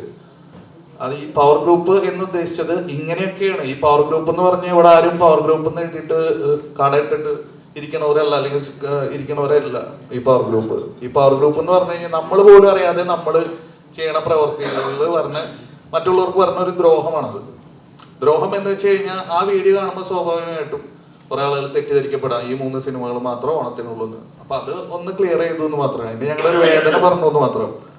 ഇപ്പൊ ഇന്ന് ആസിഫ് ഒരു ഇന്റർവ്യൂവില് പറഞ്ഞു അവരങ്ങനെ ഒന്നും ഉദ്ദേശിച്ചിട്ടില്ല എന്ന് പറഞ്ഞപ്പോ ഞങ്ങൾക്ക് അത് ഓക്കെയാണ്. പക്ഷെ ഞങ്ങളുടെ ഒരു വിഷമം ആ നേരത്ത് ഞങ്ങളൊന്ന് എക്സ്പ്രസ് ചെയ്തു എന്ന് മാത്രം, അത്രേ ഉള്ളൂ. ഷോസ് കുറവാണെന്ന് പറയുന്നു. ഇതിനു മുമ്പും വലിയ വലിയ ചിത്രങ്ങൾ വലിയ വലിയ ബഡ്ജറ്റ് വരുമ്പോൾ പല സിനിമകൾ, നല്ല കഥകളുള്ള നല്ല സിനിമകൾ കണ്ട അത് തീർച്ചയായിട്ടും അതാ ഞാൻ പറഞ്ഞത്. അപ്പൊ ഞാൻ പറഞ്ഞ പോയിന്റ് അതാ ഞാൻ പറഞ്ഞത്. അതായത് ഈ വലിയ ചിത്രങ്ങൾ ഓൾറെഡി ഇവർ കോടിക്കണക്കിന് രൂപ പ്രൊമോഷൻ മുടക്കുന്നുണ്ട്. അതിന്റെ കൂടെ ഇങ്ങനെ ഇവർ ഒന്നിച്ചിട്ട് ഒരു ഇത് ചെയ്യുമ്പോൾ മാസമായിട്ടുള്ള ഒരു പ്രൊമോഷൻ അവർക്ക് കിട്ടും. അതിന്റെ കൂടെ നമ്മുടെ പേര് പറഞ്ഞ മറ്റു ഓണ ചിത്രങ്ങളും കൂടി ഉണ്ട് എന്നെങ്കിലും മെൻഷൻ ചെയ്ത് കഴിഞ്ഞാൽ ആ ഒരു പ്രശ്നം അവിടെ വരില്ലായിരുന്നു. അപ്പൊ വലിയ വലിയ ചിത്രങ്ങളുടെ ഇടയിൽ നമ്മൾ മറ്റേ കുഞ്ഞു പടങ്ങൾ സപ്പോർട്ട് ചെയ്യണമെങ്കിൽ അവർക്കും കിട്ടുന്നൊരു നല്ല കാര്യമാണല്ലോ അത്. അത്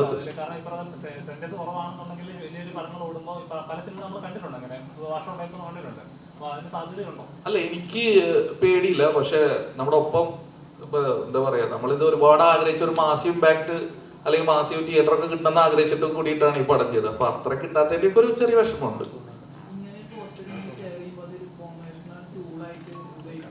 അല്ല അല്ല കമന്റ്സിലെ ആളുകൾക്ക് എന്ത് വേണമെങ്കിലും പറയും. ഇപ്പൊ ഞാൻ വണ്ടി ഇടിച്ചിട്ട് ഇവിടെ കിടന്നാ പറയാം അത് മാർക്കറ്റിംഗ് ആന്ന് പറയും. അതാണ് ആളുകള്. നാളെ അവന്റെ പടം റിലീസാണ്, അതുകൊണ്ട് പുതിയ പബ്ലിസിറ്റി സ്റ്റണ്ടാന്ന് പറയുന്നത്. അതാണ് ജനം. ഇപ്പൊ ഞാൻ പറയട്ടെ, ഇവര് ഇപ്പൊ ടോവിനോ, ആസിഫ് അലി, പെപ്പെ, ഇവര് മൂന്നാളെ എന്റെ സിനിമയുടെ ഒന്ന് പേര് പറഞ്ഞേക്കാൻ ഞാൻ ആഗ്രഹിക്കില്ലേ? അല്ലെങ്കിലും നമ്മളൊരു സോഷ്യൽ മീഡിയ പ്ലാറ്റ്ഫോമിൽ വന്ന് എത്രത്തോളം ആളുകൾ കാണുമെന്ന് പറയാൻ പറ്റില്ല. അല്ല, ഞാനത് തന്നെ പറഞ്ഞ, ഇവര് വീഡിയോ ചെയ്യുമ്പോഴും അതിന്റെ റീച്ച് ഭയങ്കരമാണ്. ഇവര് 3 പേര് കൂടിയിട്ട് ആ വീഡിയോ ചെയ്യുമ്പോൾ അപ്പൊ എത്രത്തോളം ആളുകൾ കാണുമെന്ന് പറയാൻ പറ്റത്തില്ല. അപ്പൊ ഇവര് അത്യാവശ്യം സ്റ്റാർസ് ആണ് 3 പേരും. ഇവരോട് നേരിട്ട് ഈ സങ്കടം ആദ്യമേ അറിയിക്കാൻ ശ്രമിച്ചിരുന്നു, എന്നിട്ടാണോ ഈ പോസ്റ്റ് ഇട്ടത്, അതോ എങ്ങനെയാണ്? അല്ല, അവരാ വീഡിയോ അത് ഞങ്ങൾക്ക് അയച്ചു തന്നിട്ടില്ലല്ലോ. അപ്പൊ നമ്മളും അതേപോലെ അവര് പബ്ലിക് ആയിട്ടാണ് ആ സാധനം പറഞ്ഞത്. അപ്പൊ ഞാൻ പബ്ലിക് ആയിട്ട് അതെ, അതാ ഞാൻ പറഞ്ഞത്. നമ്മളൊരു കാര്യം, നമ്മൾ കൂടുതൽ പവർഫുൾ ആവുമ്പോൾ നമ്മൾ ചെയ്യുന്ന പ്രവർത്തികൾ കൂടുതൽ ശ്രദ്ധിക്കുക. കാരണം അതിന് വരുന്ന ഇമ്പാക്ട് കൂടുതലായിരിക്കും. അതന്നെ പറഞ്ഞത്. ഇപ്പൊ ഞാൻ പറയട്ടെ, ഇപ്പൊ ഞങ്ങളും ഈ ഇൻഡസ്ട്രിയിൽ തന്നെയല്ല, റഹ്മാൻ സാറിലെ ഇൻഡസ്ട്രിയില് ഇവർക്കൊക്കെ മുന്നത്തെ യൂത്തനായിരുന്നു റഹ്മാൻ സാറ്, ഇല്ലേ? ഇപ്പൊ മമ്മൂക്കാടെയും ലാലേട്ടന്റെയും ഒരു പടമാണ് ഇറങ്ങണേന്ന് വിചാരിക്കും, ഇവരിത് ചെയ്യോ? ഇപ്പൊ ബസൂക്കയും ബറോസും ഉണ്ട് ഓണത്തിന്. അങ്ങനെയാണെങ്കിൽ അവരതിനും കൂടിയിട്ട് വിഷയമില്ലേ? എന്തായാലും പെടാത്ത ഇല്ലേ? അപ്പൊ തീർച്ചയായിട്ടും ഇത് എന്തോ ആയിക്കോട്ടെ, അത് പ്രശ്നമൊന്നുമില്ല. ആ പ്രശ്നം അവിടെ കഴിഞ്ഞു. അതിനെ പറ്റിയിട്ട് വേറെ ഇതൊന്നും വേണ്ട. ഞങ്ങൾക്ക് ആ നേരത്ത് വന്ന ആ ഒരു വേദന, ഞാൻ തീർച്ചയായിട്ടും നമ്മുടെ പേരൊന്നും അവർ പറഞ്ഞു കേൾക്കണമെന്ന് ഞാൻ ആഗ്രഹിച്ചു പോയി. അത് ചിലപ്പോൾ എൻ്റെ തെറ്റാവാം, എൻ്റെ സ്വാർത്ഥതയാവാം, എന്ത് വേണമെങ്കിലും ആവാം. അത് മനുഷ്യനല്ല, എനിക്കും ഉണ്ടാവും സ്വാർത്ഥമായ താല്പര്യം. അങ്ങനെ കരുതിക്കോ. ഇല്ല, ഇവരാരും എന്നെ വിളിച്ചിട്ടില്ല.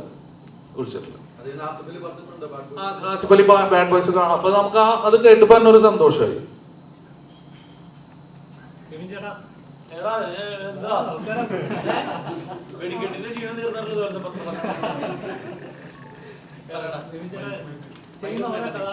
എപ്പോഴും ഒരു യൂണിക്നെസ് ചെയ്യാനായിട്ട് എപ്പോഴും ശ്രമിക്കാറുണ്ട്.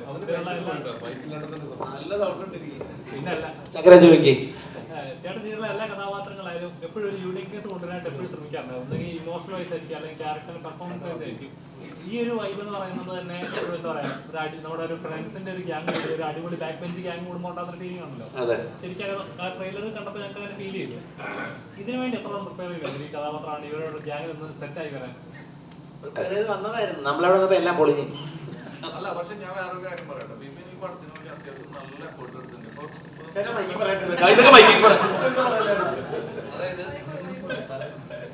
ഞാൻ അങ്ങനെ വിചാരിക്കും, ഇപ്പൊ നമ്മളിപ്പോ ബിബിന്റെ അടുത്ത് ഡാൻസും പരിപാടിയൊക്കെ ഉണ്ട് ഇതിൽ. ഇപ്പൊ ഡാൻസ് ആണ്, ആക്ഷൻ ആണ്, എന്താണെങ്കിലും നമ്മൾ ബിബിന്റെ അടുത്ത് ഒരു കാര്യം പറഞ്ഞാൽ അവൻ നോ എന്ന് പറയില്ല. അവൻ എങ്ങനെയെങ്കിലും അത് ചെയ്യും. അതാണ് ബിബിനെ എനിക്ക് ഏറ്റവും ഇഷ്ടം. അതും ഇപ്പോ ഇടയ്ക്ക് കുറെ നൈറ്റൊക്കെ പോയി വർക്ക് അവേഴ്സ് ഒക്കെ കൂടി ബിബിന്റെ കാലിന് നീര് വന്ന വരെ അവൻ എങ്ങനെയെങ്കിലും പിറ്റേ ദിവസം പോയി ഒഴിഞ്ഞ് അത്രയും ബിബിൻ ഇതിനു വേണ്ടി ഒരുപാട് എഫേർട്ട് എടുത്തിട്ടുണ്ട് ഈ പടത്തില്. ഡാൻസ് ആയാലും പാട്ടായാലും ഇടിയായാലും എല്ലാത്തിലും കൂടെ ഒന്നിനും ഒരു വിഷമം പറഞ്ഞിട്ടില്ല. എല്ലാതും ഗസ്റ്റ് ആണ് ബിബിൻ.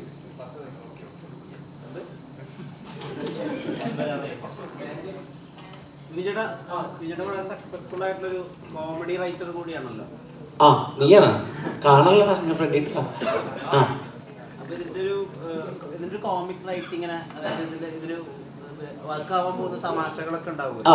അതിനെ എങ്ങനെയാണ് ജഡ്ജ് ചെയ്യുന്നത്? ഈ സിനിമയിലെ ഇത് നോർമലി നമുക്ക് രണ്ട് രീതിയിൽ ചിലപ്പോൾ ചില സ്ക്രിപ്റ്റുകൾ വായിക്കുമ്പോൾ നമുക്ക് ഇതിൽ തമാശ ഉണ്ടെന്ന് മനസ്സിലാക്കാം. രണ്ട്, നമ്മൾ ചില തമാശകൾ വായിക്കുമ്പോൾ നമ്മൾ തന്നെ ചിരിക്കുകയും ചെയ്യും, ഇല്ലേ? അങ്ങനെ ചിരിച്ച ഒരു സ്ക്രിപ്റ്റാണ് ബാഡ് ബോയ്സിൻ്റെ. അതുകൊണ്ട് തന്നെയാണ് കമ്മിറ്റ് ചെയ്തതും. എന്താണ് ഇത്രയും തമാശ പടത്തിലില്ല കേട്ടോ, ഇപ്പം കണ്ടത്രേ.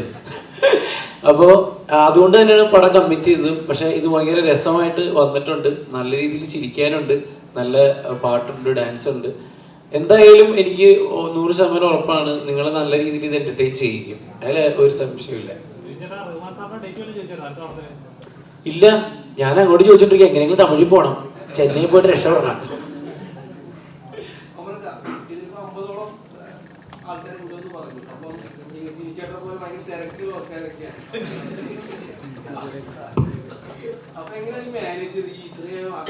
അല്ല, ഇതില് ടിനിച്ചേട്ടനായിരുന്നു ഒരു തിരക്കില്ലാത്ത. ഞങ്ങളുടെ ലൊക്കേഷനിൽ എന്നുള്ള ആളായിരുന്നു ടിനിച്ചേട്ടൻ.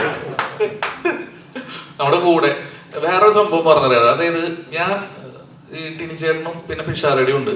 അപ്പൊ എനിക്ക് മനസ്സിലായി മമ്മൂക്ക് എന്തിനാ ഇവരെ കൊണ്ടുനടക്കണെന്ന്. അതായത് ടൈം പോണത് അറിയില്ല.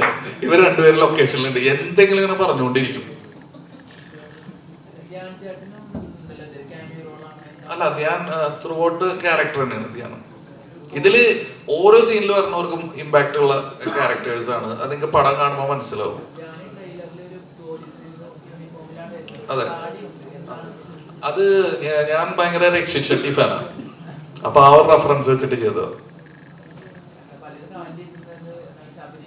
അല്ല, അത് ഇവിടുത്തെ താൻ അന്വേഷിച്ചാൽ മതി. ഇവിടെ പോലീസുകാർക്ക് താടി വെക്കാം, പോലീസുകാർക്ക് താടി വെക്കാം കേട്ടോ. അതൊക്കെ പണ്ടായിരുന്നു, താടി ഇല്ലാത്ത പോലീസ് ഷേവ് ചെയ്യണം അങ്ങനെയൊക്കെ.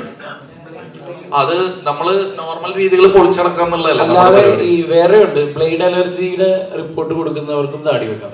Blade allergy. അപ്പൊ ധ്യാന്റെ ക്യാരക്ടറിൽ ബ്ലേഡ് അലർജി ഉള്ള ഒരാളാണ്, ഷേവ് ചെയ്യാൻ പറ്റില്ല. അല്ലല്ല, ഞാൻ ഫസ്റ്റ് തന്നെ പറഞ്ഞു. ഞാൻ ധ്യാന്റെ അടുത്ത് ഫസ്റ്റ് ഈ ക്യാരക്ടർ പോയിട്ട് പറഞ്ഞപ്പോ ധ്യാൻ ഫസ്റ്റ് പറഞ്ഞു അയ്യോ താടി. ഞാൻ താടി വേണം, അത് അടിപൊളിയാണ്. കാരണം ഇതിൽ എനിക്ക് രക്ഷിത് ഷെട്ടീനെ ഭയങ്കര ഇഷ്ടമാണ്. അപ്പൊ രക്ഷിത് ഷെട്ടിയുടെ ഒക്കെ പടം കണ്ടിട്ടില്ലേ, അവരൊക്കെ താടിയൊക്കെ വെച്ചിട്ടുള്ള പരിപാടി. പിന്നെ ഞാൻ ഇതിനെ പറ്റിയിട്ട് അന്വേഷിച്ചു, പോലീസ് ഡിപ്പാർട്ട്മെന്റിൽ വിളിച്ച് വെച്ചപ്പോൾ പറഞ്ഞു അലർജീസ് അങ്ങനെ സ്കിൻ ഡിസീസ് അങ്ങനെ ഇതൊക്കെ ഉണ്ടെങ്കിൽ നമുക്ക് താടി വെക്കാം, ഒരു പ്രശ്നമല്ല. ഇനി കേരളത്തിൽ ഇങ്ങനെ താടി വെച്ച പോലീസും വരട്ടെ.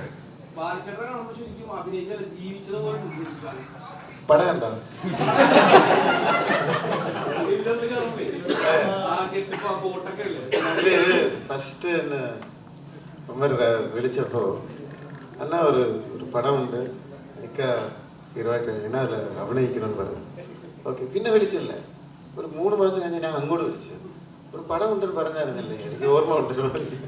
അതെ, അപ്പോൾ ഒരു ദിവസം വിളിക്കുക, മുമ്പേ ദിവസം 4 പടത്തിന്റെ പൂജ വന്നേക്കണമെന്ന്.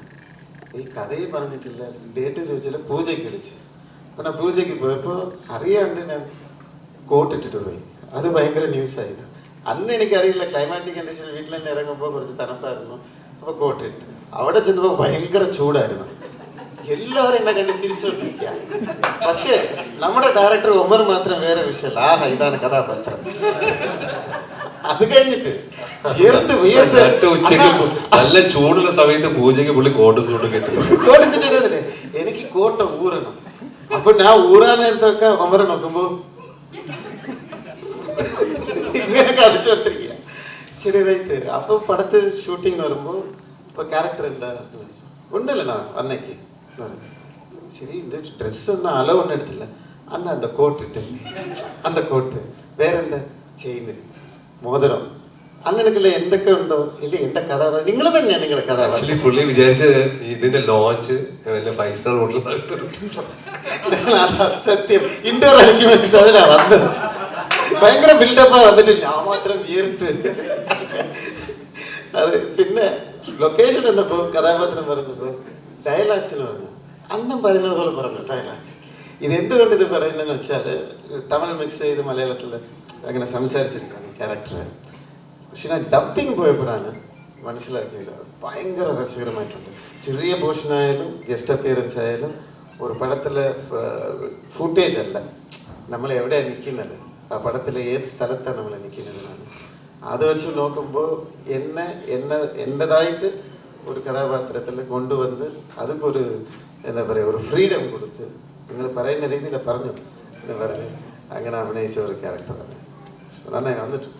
ചേട്ടാ ഈ ബാലയേട്ടിൽ ലെമൺ ടീ ബന്ധം ഇപ്പോഴും ഉണ്ടോ? ബാലയേട്ടിലെ ലെമൺ ടീ ലെമൺ അങ്ങനെയുള്ള കഥകൾ അന്ന് ശേഷം ഉണ്ടായിരുന്ന ആരെ സഹായ കാര്യങ്ങൾ അങ്ങനെ അതിപ്പോഴും ഉണ്ടോ? ഈ ബാഡ് ബോയ്സിന് ശേഷം അങ്ങനത്തെ കഥകൾ വരുമോ ഇനി? ഇതിലോ പുതിയ കഥകളുണ്ടോ? ഇല്ല.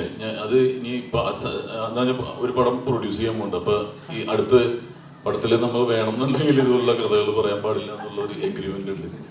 അതുകൊണ്ട് പുതിയ കഥകളൊന്നുമില്ല. പക്ഷെ ഞാൻ പറഞ്ഞല്ലോ, ഇതൊരു ബെൽറ്റ് ആയിരിക്കും, അബാം ബെൽറ്റ് ആയിരിക്കും. ആ ഒരു ഡയലോഗ് കാരണം പുള്ളി അതിന് മുമ്പുള്ള ടിനിറ്റാ ഫ്യൂ മൊമെന്റ്സ് ലേറ്ററിന് അതിന് ശേഷമുള്ള ടിനിറ്റ നമ്മുടെ ലൈഫ് എടുത്തു. പുള്ളി പുതിയ വീട് വെച്ച് വേറെ സ്റ്റേറ്റിലെ ചിന്ന വീടൊക്കെ വെച്ചിരിക്കുന്നു. അതൊക്കെ ഒരു കമ്മിറ്റി നടന്നുകൊണ്ടിരിക്കുന്നു. മസ്താങ് കാർ മേടിച്ച് കുറേ ഇമ്പ്രൂവ്മെന്റ് ആയി. എനിക്ക് ഒന്നും കിട്ടിയിട്ടില്ല. പുള്ളി പുതിയ തോക്ക് മേടിച്ചു. ഞാൻ സാധനങ്ങൾ മേടിച്ചു. അത് തന്നെയാണ് ഞാൻ പറഞ്ഞത്, പുതിയ തോക്ക് മേടിച്ചിട്ടുണ്ട്. ചില കഥാപാത്രങ്ങൾ നമ്മിലേക്ക് എത്താൻ നേരത്ത് ഒരു അഴിച്ചുവിടുന്ന ക്യാരക്ടറൈസേഷനിലൊക്കെ അഴിച്ചുവിടുന്ന ഒരു ഫീൽ ഉണ്ടല്ലോ. അത്തരത്തിലൊരു ഫീലിംഗ് ഈ ചിത്രത്തിന്റെ ക്യാരക്ടറൈസേഷനിലൊക്കെ തീർച്ചയായിട്ടും ഉണ്ടായിരുന്നു. കാരണം വെച്ചാൽ ഇതൊരു ഞാൻ പറയാം, ക്യാരക്ടേഴ്സ് മൊത്തം ഈ കഥയിലെ എല്ലാവരും ഒരു എന്തെങ്കിലും ബോഡി ലാംഗ്വേജിലോ സംസാരത്തിലോ രൂപത്തിലോ എന്തെങ്കിലുമൊക്കെ ഒരു ഹ്യൂമർ സൃഷ്ടിക്കാൻ ഉള്ളൊരു ശ്രമത്തിലാണ്. അപ്പം എൻ്റെ ക്യാരക്ടറിന് പ്രത്യേകിച്ച് എൻ്റെ ക്യാരക്ടറിന് എല്ലാം ഉണ്ടായിരുന്നു. അപ്പോൾ അതിൻ്റെ ഡിഫിക്കൽട്ടീസ് ഉണ്ട് ആസ് എൻ ആക്ടർ. ഒരു അഴിഞ്ഞാട്ടം കളി പിന്നെ അങ്ങനെയൊക്കെ ഉണ്ട്. അതുകൊണ്ട് ഈ മുമ്പ് ചിത്രങ്ങളിലൊക്കെ ഒരു എന്റർടൈൻമെന്റ് പാക്ഡ് ആയിട്ടുള്ള ഡാൻസും പാട്ടും അങ്ങനെ ഫുൾ ഓൺ ആയിട്ടുള്ള ഒരു ക്യാരക്ടേഴ്സ് ഒക്കെ കണ്ടിട്ടുണ്ട്. അത്തരത്തിലൊരു ചിത്രമാണ്. ഈ ആവേശം ഇറങ്ങിയ സമയത്ത് പറഞ്ഞത് ഫഹദിന്റെ രാജമാണിക്യമാണ് ആവേശം എന്നുള്ള രീതിയിൽ. അങ്ങനെയാണെങ്കിൽ ഇത് ഇങ്ങനെ റഹ്മാനിക്കയുടെ ഒരു ചോട്ടാ മുംബൈ അങ്ങനെയൊക്കെ റഹ്മാൻ സാറിന്റെ ചോട്ടാ മുംബൈ, മറ്റേത് ഫഹദിന്റെ രാജമാണിക്കാണെങ്കിൽ ഇത് റഹ്മാൻ സാറിന്റെ ചോട്ടാ മുംബൈ. ഇറങ്ങിയ പടങ്ങൾക്ക് കുറെ ക്രിറ്റിസിസം നേരിട്ടു. ഇപ്പൊ ഫസ്റ്റ് ഇറങ്ങിയ പടം ഫസ്റ്റ് വീക്കില് തിയേറ്ററിൽ ആള് വരാൻ ചിലപ്പോൾ കരഞ്ഞിരുന്ന ഒരാളാണ്. ഇതിന്റെ ഒരു ടീച്ചർ തൊട്ട് കണ്ടു തുടങ്ങിയപ്പോൾ പേഴ്സണലി എനിക്ക് തോന്നിയത് അതിനെല്ലാം ഉള്ളൊരു മറുപടി ആയിട്ടാണ് ഈ സിനിമ ചെയ്തിരിക്കുന്നത്. അത്തരത്തിൽ അങ്ങനെ ഒരു വാശിപ്പുറത്ത് ചെയ്ത പടമാണോ? തീർച്ചയായിട്ടും ഞാൻ പറഞ്ഞില്ലേ, അതായത് എനിക്ക് എല്ലാ തരം പ്രേക്ഷകർക്കും കൂടി കാണാൻ പറ്റുന്ന ഒരു ചിത്രം എടുക്കുക എന്നുള്ള എൻ്റെ ഒരു വാശിയായിരുന്നു. കാരണം ഈ പറഞ്ഞ പോലെ കാറ്റഗറൈസ് ചെയ്യാൻ ശ്രമിക്കണ പോലെ എനിക്ക് തോന്നിയിട്ടുണ്ട് ഒരുപാട്. അപ്പൊ അതിനുള്ള ഒരു മറുപടി എന്നുള്ള രീതിയിൽ തന്നെയാണ് ഈ ചിത്രം എടുത്തിട്ടുള്ളത്. പിന്നെ ഇതില് മറ്റൊരു പ്രത്യേകത എന്താണെന്ന് വെച്ചാൽ ഇപ്പൊ റഹ്മാൻ സാറ്, ബാബു അന്നിച്ചേട്ടൻ, പിന്നെ ശങ്കർ സാറ് എല്ലാവരും ഉണ്ട്. അപ്പൊ പഴയ ആ ഒരു എന്താ പറയാ നമ്മുടെയൊക്കെ ചെറുപ്പത്തിലെ ആ ഒരു വിന്റേജ് കോമ്പോനെ തിരിച്ച് ഇത് റീഫ്രഷ് ചെയ്തിട്ട് പുതിയൊരു മാക്സ് പ്രോ ആക്കിയിട്ട് കാണിച്ചതിൽ അതൊക്കെ ഭയങ്കര സന്തോഷമുള്ള കാര്യമാണ്.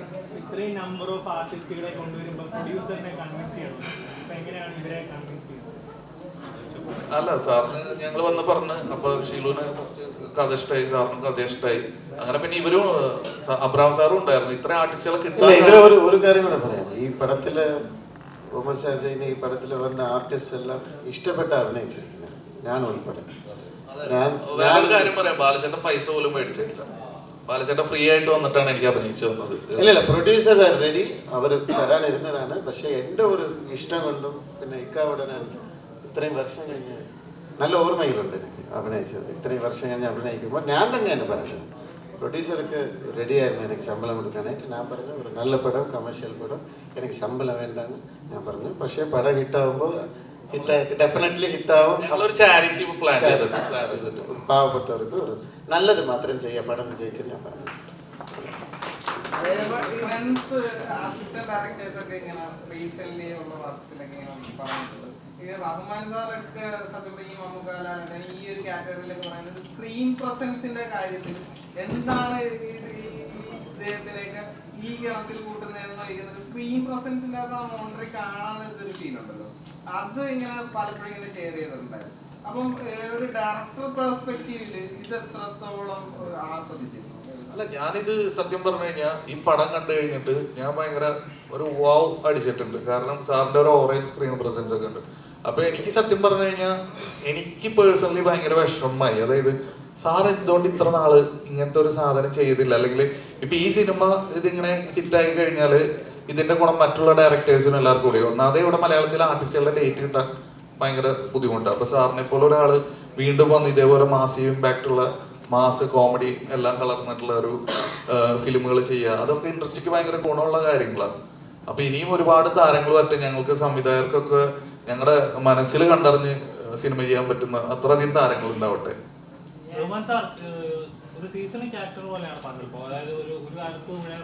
അല്ല, ഞങ്ങൾ പറഞ്ഞിട്ടുണ്ട് ഇനി ഇവിടെ നിന്ന് ഞങ്ങൾ വിടില്ല എന്ന് പറഞ്ഞിട്ടുണ്ട്. അല്ല ബിബിനെ, ഇനി ഇവിടെ നിന്ന് ഞങ്ങൾ വിടില്ല.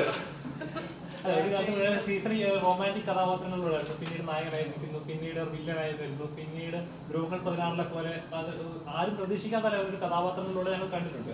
അപ്പോൾ ഒരു കഥാപാത്രം ചൂസ് ചെയ്യുമ്പോൾ അതായത് ഇത് കാണുമ്പോൾ ഞെട്ടണം, അങ്ങനെ ഫീൽ ചെയ്തിട്ടുണ്ട്. കാരണം ഒരു സെറ്റ് ഓഫ് പീരീഡിൽ നിന്ന് ആളുകൾ മാറി ചിന്തിക്കണം. ഇത് കാണുമ്പോൾ ഞെട്ടണം അങ്ങനൊന്നും ഞാൻ വിചാരിക്കാറില്ല. എനിക്ക് കഥ ഇഷ്ടപ്പെടണം, എൻ്റെ ക്യാരക്ടർ ഇഷ്ടപ്പെടണം, എനിക്കിഷ്ടപ്പെട്ട ഞാൻ ചെയ്യും, അത്രേ ഉള്ളൂ. വലിയൊരു തോട്ട് പ്രോസസ് ഒന്നും പോകില്ല. പക്ഷെ എനിക്കതൊരു ഡിഫറെൻ്റ് ആയിരിക്കണം. ഈ കഥയിൽ എന്താണ്, എവിടെയാണ് ഇതിൻ്റെ സ്പാർക്ക്, പ്രേക്ഷകർ ഈ സിനിമ കാണുമ്പോൾ അവിടെ അവർക്ക് എന്ത് ഇഷ്ടപ്പെടുന്നു എന്നുള്ളൊരു ചെറിയൊരു ഇത് സങ്കല്പം ഞാൻ ശ്രമിക്കും. അത് ഓരോ ഡയറക്ടർ ആ കഥ പറയുന്ന മിടുക്ക് അനുസരിച്ചിരിക്കും എന്നെ കൺവിൻസ് ചെയ്യാൻ വേണ്ടി.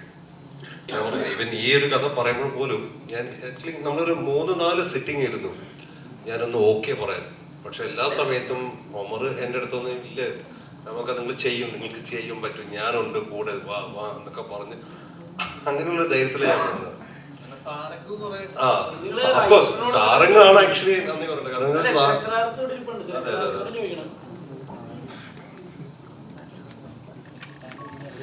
ഇത്ര താരങ്ങളെ വെച്ച് ചെയ്യുമ്പോൾ തന്നെ അറിയാം, എല്ലാവരും ഓരോരോ ഫീൽഡ് നല്ല രീതിയിൽ കഥാപാത്രങ്ങൾ പ്രേക്ഷകർക്കുള്ളിലേക്ക് പതിപ്പിച്ച ഓരോ വ്യക്തികളാണ്.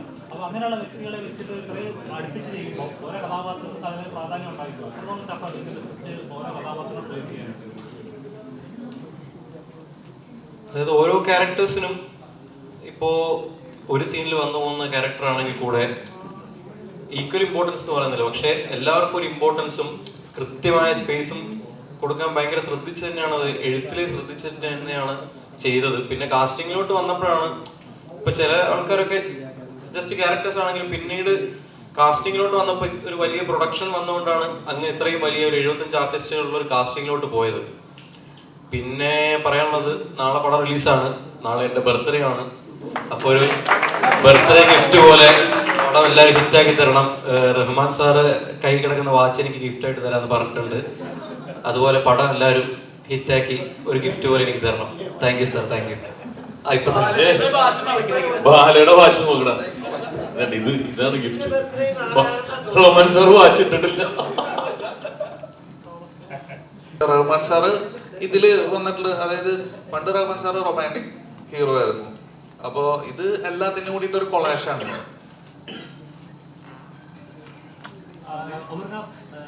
എപ്പോഴും പുതിയ പരീക്ഷണങ്ങൾ ശ്രമിക്കുന്ന ഒരാളാണ്. പടാറിലായാലും ശരി, ഇപ്പൊ ഒരുപാട് പുതുമുഖങ്ങളെ കൊണ്ടുവരാൻ ശ്രമിച്ചു. എനിക്കൊന്ന് പുറകിൽ കുറച്ച് പുതുമുഖങ്ങളുണ്ട്.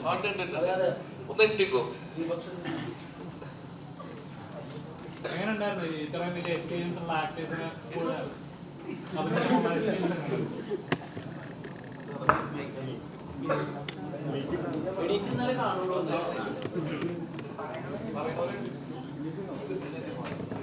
നല്ല എക്സ്പീരിയൻസ് ആയിരുന്നു. പറഞ്ഞ പോലെ എൻ്റെ ഫസ്റ്റ് മൂവിയാണ്, അടിപൊളിയായിരുന്നു.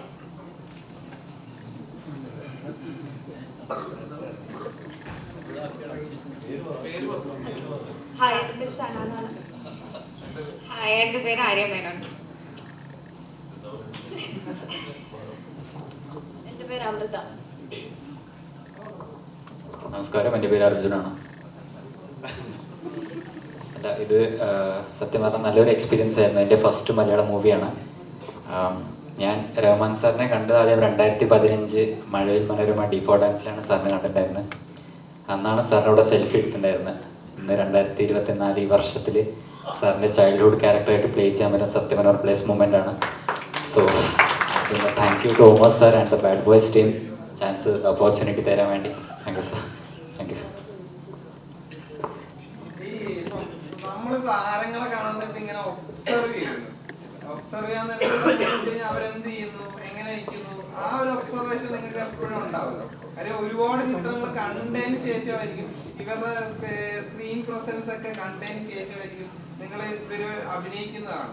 ആ ഒരു മൊമെന്റ് എങ്ങനെയുണ്ട്?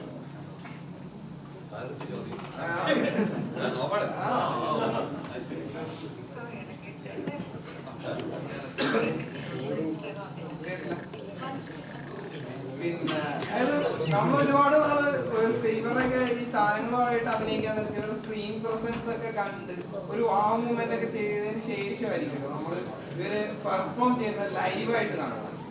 അതോടൊപ്പം തന്നെ ഇവര് സെറ്റിലിരിക്കുന്നു, എന്ത് ചെയ്യുന്നു, എന്ത് കഴിക്കുന്നു, എങ്ങോട്ട് നോക്കുന്നു എന്നൊക്കെ ഒരു ഇതുണ്ടാവുമല്ലോ. നമ്മളിപ്പം ഈ പറഞ്ഞ റഹ്മാൻ സാറിനെ ആണെങ്കിലും മമ്മൂക്കാനെയൊക്കെ കാണാൻ നേരത്ത് നമ്മുടെ കണ്ണ് അവരിലേക്കായിരിക്കും. അപ്പൊ അങ്ങനത്തെ ഒരു എക്സ്പീരിയൻസ് ഒക്കെ എങ്ങനെ ഉണ്ടായിരുന്നു?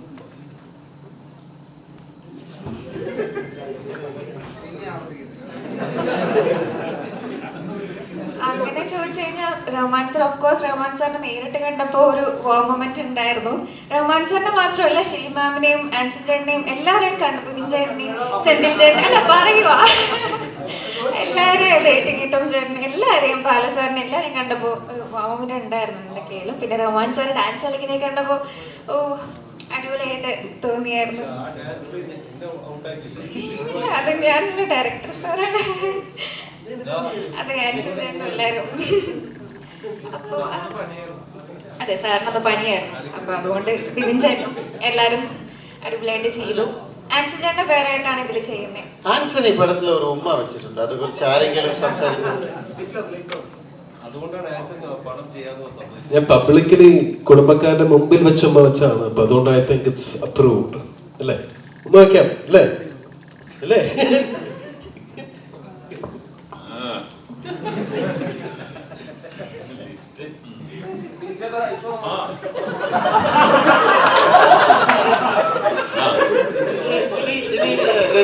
ഇപ്പൊ ഒരു ലിപ് ലോക്ക് സീൻ എന്താ നിങ്ങൾ ചെയ്യുമോ? ലിപ് ലോക്ക് സീൻ ഇത്രയും പേരുടെ മുമ്പിലാണ് ഈ ചെയ്യും.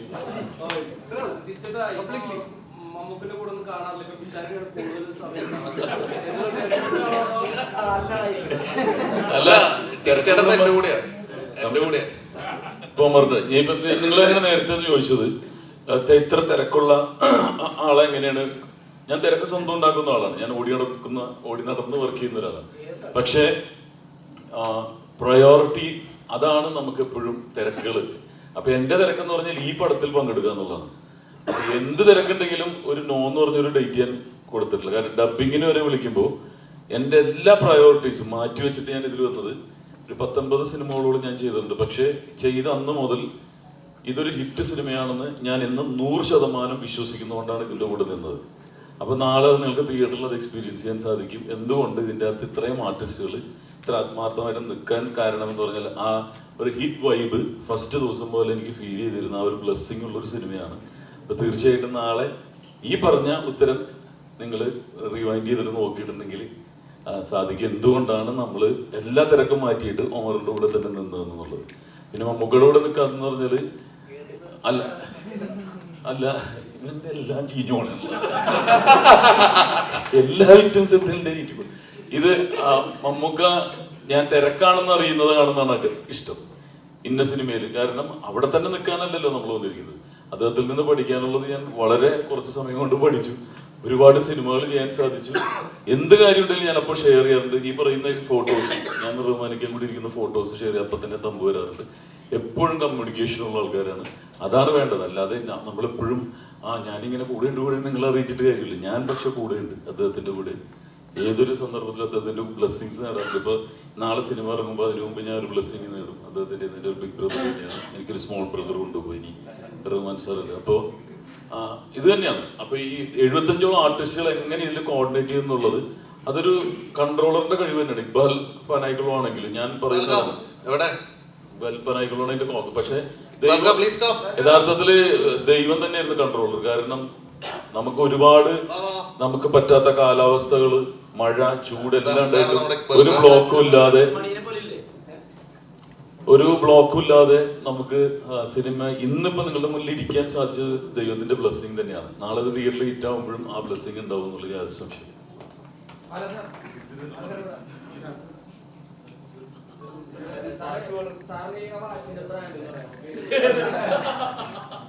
ഈ പടത്തിനും ഈ ചോദ്യത്തിനും യാതൊരു ബന്ധമില്ലാതെ ഒരു ചോദ്യം.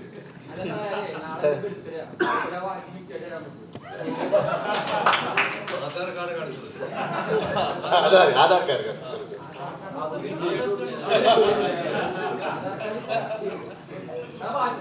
ഞാൻ ഒരു കാര്യം പറയാം. നാളെ ഈ പടം ഇറങ്ങട്ടെ.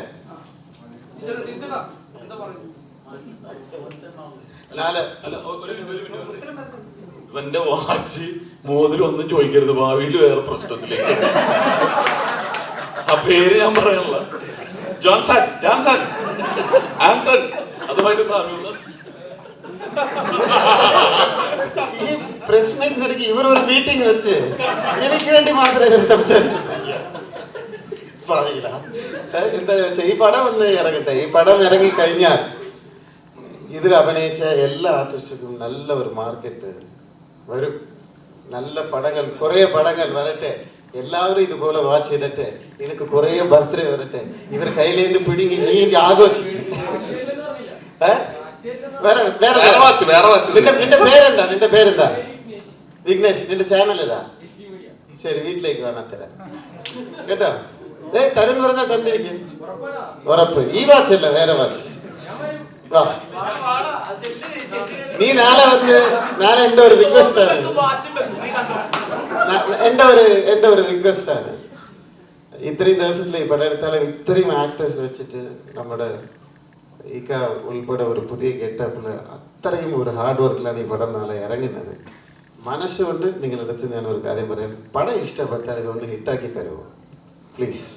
ഹിറ്റാക്കി തരാം. ഇത് ആത്മാർത്ഥമായ. കാരണം ഇപ്പോൾ ഇൻഡസ്ട്രിയിലെ എന്തൊക്കെ കഷ്ടങ്ങൾ നടക്കുന്നതെന്ന് അറിയാം. ഓരോരുത്തരുടെ ഉള്ളിൽ നമ്മളിപ്പോൾ ചിരിച്ചുകൊണ്ട് ഇവിടെ ഇരുന്നാലും ചില വേദനയുള്ള കാര്യങ്ങളൊക്കെ മനസ്സിനകത്ത് ഉണ്ട്, ഇല്ലെന്ന് പറയാൻ പറ്റില്ല. കലാകാർക്ക് ഉണ്ട്. പക്ഷേ ഒരു പടം വിജയിക്കുമ്പോൾ, അതിലൊരു ഭാഗമാകുമ്പോൾ എല്ലാ കഷ്ടങ്ങളും മാറി ഈ വ്യവസായം, സിനിമ എന്ന് പറയുന്ന വ്യവസായം ഭയങ്കരമായിട്ട് വളരും. ഇതുകൊണ്ട് നടന്മാർ മാത്രമല്ല, ഡയറക്ടർ മാത്രമല്ല, പ്രൊഡ്യൂസർ മാത്രമല്ല, ഇതിൽ 24 ക്രാഫ്റ്റ് ഉണ്ട്. പാവപ്പെട്ട കുടുംബങ്ങൾ എത്രയോ പേരുണ്ട്. ഇനി ഒരു പടം വിജയിച്ചാൽ ഇനി ഒരു 10 പടം വരും. ഇതേ അബാം പ്രൊഡ്യൂസേഴ്സ് ഇനി ഒരു 30-40 പടങ്ങൾ, വലിയ പടങ്ങൾ പ്രൊഡ്യൂസ് ചെയ്യും. ഈ വ്യവസായം ഇനിയും മുമ്പോട്ട് പോകണം. അതിനു വേണ്ടി നിങ്ങൾ എല്ലാവരും, മീഡിയ എല്ലാവരും നെഗറ്റീവ് മാറ്റി വെച്ചിട്ട് നിങ്ങൾ എല്ലാവരെയും നിങ്ങളുടെ ഒരു സുഹൃത്തായിട്ട് കൺസിഡർ ചെയ്ത് ഈ പടം ഒന്ന് ഹിറ്റാക്കി ഇഷ്ടപ്പെട്ട. Thank you so much. Vishnu മാത്രല്ല ഇതില്, ഫിറോസ് ഉണ്ട്, ഡേഞ്ചർ ഫിറോസ്. അപ്പൊ വിഷ്ണുവിനെ ഞാൻ ഇതിൽ കാസ്റ്റ് ചെയ്യാൻ ഒരു കാരണം എന്താന്ന് വെച്ചാൽ, ഞാൻ ബിഗ് ബോസിൽ ചെന്ന് ആ ഡോർ ഓപ്പൺ ചെയ്ത് നേരെ കയറി വഴി തന്നെ വിഷ്ണു എന്നോട് ചോദിച്ചു, ആരാ മനസ്സിലായില്ലല്ലോ എന്ന് ചോദിച്ചു. അങ്ങനെ എന്തോ ചോദിച്ചു അവൻ എൻ്റെ അടുത്ത്, അല്ലേ ആരാണ് മനസ്സിലായില്ല എന്ന് പറഞ്ഞു. അപ്പൊ ഞാൻ മനസ്സിൽ തീരുമാനിച്ചാണ് എന്നെ എൻ്റെ അടുത്ത പടത്തിൽ ഞാൻ അഭിനയിപ്പിക്കൂടാന്ന്. അതുകൊണ്ടാണ് വിഷ്ണുവിനെ വിളിപ്പിച്ചത്. ഇപ്പൊ അവന് മനസ്സിലായി ഞാൻ ആരാന്ന്. വേറെ ഒരു കാര്യം കൂടെ ഉണ്ട് ഈ പടത്തിനകത്ത്. ഒരു പടം റിലീസായി കഴിഞ്ഞാൽ ആ പടം ഫസ്റ്റ് ഷോ കഴിഞ്ഞിട്ടല്ലേ ഈ റിവ്യൂവേഴ്സ് ഒക്കെ വന്ന് റിവ്യൂ ഒക്കെ പറയുന്നത്. പക്ഷേ അതിന് മുമ്പേ അല്ല, സസ്പെൻസിലല്ല, ആൾറെഡി വന്നിട്ടുണ്ട് ന്യൂസിലത്. ഈ പടത്തിന് മുമ്പ് തന്നെ റിവ്യൂസ് ഒക്കെ നിങ്ങൾ കാണേണ്ടി വരും, ഷോയിൽ തന്നെ കാണേണ്ടി വരും. അങ്ങനത്തെ ഒരു സസ്പെൻസ് ഒക്കെ ഈ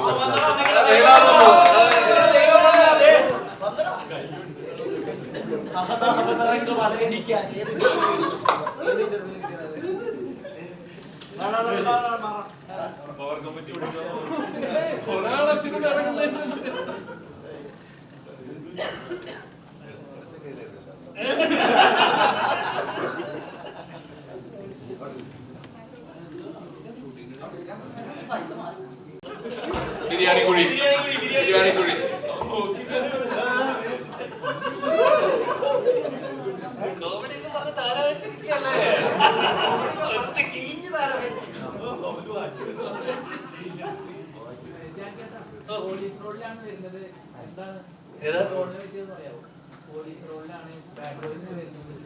എടാ അബാമിന്റെ പടം കഥയൊന്നും അറിയില്ല. ചേച്ചി വിളിച്ചു പറഞ്ഞു ഞാനിവിടെ ഭയങ്കര തള്ളൊക്കെ തള്ളിയിട്ടിരിക്കണം. ഞാൻ കഥ കേട്ട് ത്രില്ലടിച്ചിട്ടാണ് അൻസ് പറഞ്ഞതൊക്കെ. ആ പൊളിക്കല്ലേ പ്ലീസ്. ഒന്നും അറിയില്ല. ഷീൽ ചേച്ചിന്റെ അബ്രാഖാന്റെ പടം പോവാ ചെയ്യാൻ വരിക, അത്രേ ഉള്ളൂ. 4 ദിവസം അഭിനയിച്ചു. ഫുൾ പടത്തിൽ സെക്കൻഡ് ഹാഫ് ഉണ്ടെന്ന് പറഞ്ഞു കേട്ടു. അപ്പൊ മനസ്സിലല്ലേ ഉമർലുലു ഒരു ദിവസം എത്ര മിനിറ്റ് ഫുട്ടേജ് ഷൂട്ട് ചെയ്തോളാം. അപ്പൊ ഏതാ ഞങ്ങളിവിടെ ഇത്രയും നേരം പ്രസ് മീറ്റ് നടത്തിയില്ലേ, ശരിക്കും പറഞ്ഞു കഴിഞ്ഞാൽ ധ്യാന്റെ ഒരു പ്രസ് മീറ്റിന്റെ ആ ഒരു വൈബ് ഇവിടെ ഉണ്ടായിരുന്നു.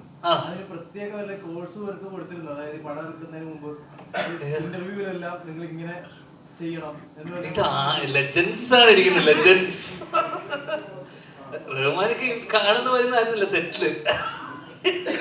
റഹ്മാനിക്ക് എങ്ങനെയായിരുന്നു പിന്നെ താഴോട്ട് ഇറക്കി ഇറക്കി ഇറക്കി ഇറക്കി ആദ്യം ICC CBC ആയിരുന്നു. പിന്നെ താഴോട്ട് താഴോട്ട് താഴോട്ട് അങ്ങനെ അടിച്ചില്ലേ ഇവിടെ. ഒന്ന് ഫ്ലോ മൂടായി കഴിഞ്ഞാൽ തുടങ്ങിക്കോളും. ഉമർക്ക് കൈക്ക് വയ്യാതെ ധ്യാൻ ചേട്ടൻ ഒറ്റയ്ക്ക് കാർ ഓടിച്ചു വന്ന ഡെഡിക്കേഷനെ പറ്റി 2 മതി മതി. നീ എന്താണ് 4 ദിവസം ഞാൻ വന്നിട്ടുള്ളൂ. പക്ഷെ പടത്തില് ഇമ്പാക്ട് ടോട്ടൽ സെക്കൻഡ് ഹാഫ് മതിയാണ്. ഞാൻ തന്നെ ഞെട്ടിപ്പോയി. ഞാൻ തപ്പി വന്നിട്ട് ആടാ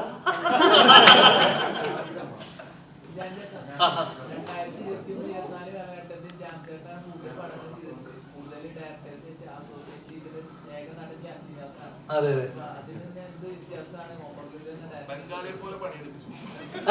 സത്യം. അത് വന്നു എന്ത് വ്യത്യാസമാണോ.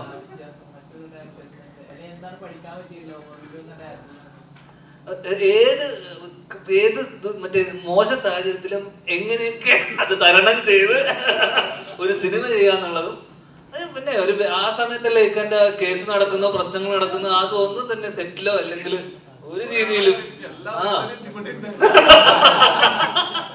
കാരണം അങ്ങനെ ഒരു സംഭവം വന്നിട്ട് പോലും അത് സിനിമേനെയോ, കാരണം നമുക്ക് പേഴ്സണൽ ലൈഫിൽ പല പല പ്രശ്നങ്ങളും കാര്യങ്ങളൊക്കെ ഉണ്ടാവും, അതൊന്നും സിനിമേനെ ബാധിക്കാൻ പാടില്ലല്ലോ. അപ്പം അങ്ങനെ ആ പ്രശ്നം എന്താ പറയുക മൂർധന്യാവസ്ഥയിൽ നിൽക്കുമ്പോഴാണ് നമ്മൾ നെക്സ്റ്റ് ഒരു പോർഷൻ ഷൂട്ട് ചെയ്യുന്നത്. അതെ, ഇന്നും കേസ് നടന്നുകൊണ്ടിരിക്കുകയായിരുന്നു. അപ്പോൾ ഞങ്ങളെ എന്താ പറയുക സെറ്റിൽ, പക്ഷേ നമുക്ക് എന്നെ വിശ്വസിച്ചിട്ടാണ് ഇവരെല്ലാവരും ഡേറ്റ് വന്നിട്ടുള്ളതും പ്രൊഡ്യൂസർ പൈസ ഇറക്കിയിട്ടുള്ളതും. അപ്പോൾ നമ്മുടെ പ്രശ്നങ്ങൾ നമ്മുടേതാക്കി മാത്രം മുന്നോട്ട് പോകാന്നുള്ളതാണ് ഞാൻ പഠിച്ചിട്ടുള്ള ജീവിതത്തിൽ. അപ്പോൾ അങ്ങനെ കുറെ പ്രശ്നങ്ങൾക്ക് നടുവില് പക്ക നമ്മള് സെറ്റ് ഹാപ്പി ആക്കി കൊണ്ടുപോയി അങ്ങനെ ഷൂട്ട് ചെയ്യുന്ന പടം എന്ന് വെച്ചാൽ കോമഡി പടമാണ്, ഹ്യൂമറാണ്. അപ്പൊ അങ്ങനെ ഒരു പടം ചെയ്യുമ്പോ ഒരു സൈഡിൽ ഇത്രയും പ്രശ്നങ്ങൾ, മാനസികമായിട്ട് ഇത്രയും പ്രശ്നങ്ങൾ ഉണ്ടായിട്ട് പോലും ഇക്കാതെ നമ്മളെ ആരെയും തന്നെ നമ്മളെ ഷൂട്ട് ചെയ്ത് അന്നത്തെ ദിവസം മാർക്കറ്റിലൊക്കെ ഷൂട്ട് ചെയ്ത സീൻ എന്നൊക്കെ പറഞ്ഞു കഴിഞ്ഞാൽ ഭീകര ഇത്രയും പ്രശ്നം എന്ന് പറഞ്ഞാൽ ഇത്രയും ആർട്ടിസ്റ്റുകളുണ്ട്, അതിലെല്ലാരും ഹീറോസ് ആണ്. എല്ലാരും ഒരു ഫ്രെയിമിന്റെ ഉള്ളിൽ മേക്കി കൊണ്ടുവരുന്ന പറഞ്ഞാൽ ഭയങ്കര സംഭവത്തിന് അതിന് ഒരു എന്താ ടാലന്റഡ് ഡയറക്ടറിനെ അത് പറ്റൂ അല്ലേ? ഈ പല ലെജൻഡറി ആയിട്ടുള്ള ആക്ടേഴ്സും പറഞ്ഞ് ഷെയർ ചെയ്തിട്ടുള്ള സമയത്ത് നമ്മുടെ കൂടെ വർക്ക് ചെയ്യുന്ന ഒരു കോമ്പിനേഷൻ സീൻസിലൊക്കെ കൂടെ വർക്ക് ചെയ്യുന്ന ആക്ടേഴ്സ് എത്രത്തോളം ഭംഗിയായിട്ട് അഭിനയിക്കും, അതോടൊപ്പം നമ്മുടെ പെർഫോമൻസും അപ്ലിഫ്റ്റ് ചെയ്യും എന്ന തരത്തിലേക്ക് പറഞ്ഞത്. ഇപ്പൊ റഹ്മാൻ സാറാണ്, ഭവൻ ചേട്ടനൊക്കെ ആണെങ്കിലും വേറെ ടെറൈനിൽ നിൽക്കുന്ന ആക്ടേഴ്സ് ആണല്ലോ.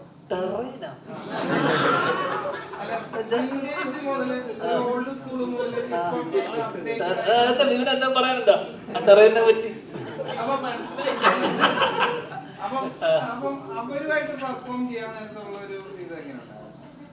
എടാ പക്ഷെ എന്റെ ഒരു എക്സ്പീരിയൻസ് കഴിഞ്ഞ കുറച്ച് കാലയളവിലുള്ള എന്റെ എക്സ്പീരിയൻസ് റഹ്മാനിക്കൊക്കെ ഇല്ലല്ലോ.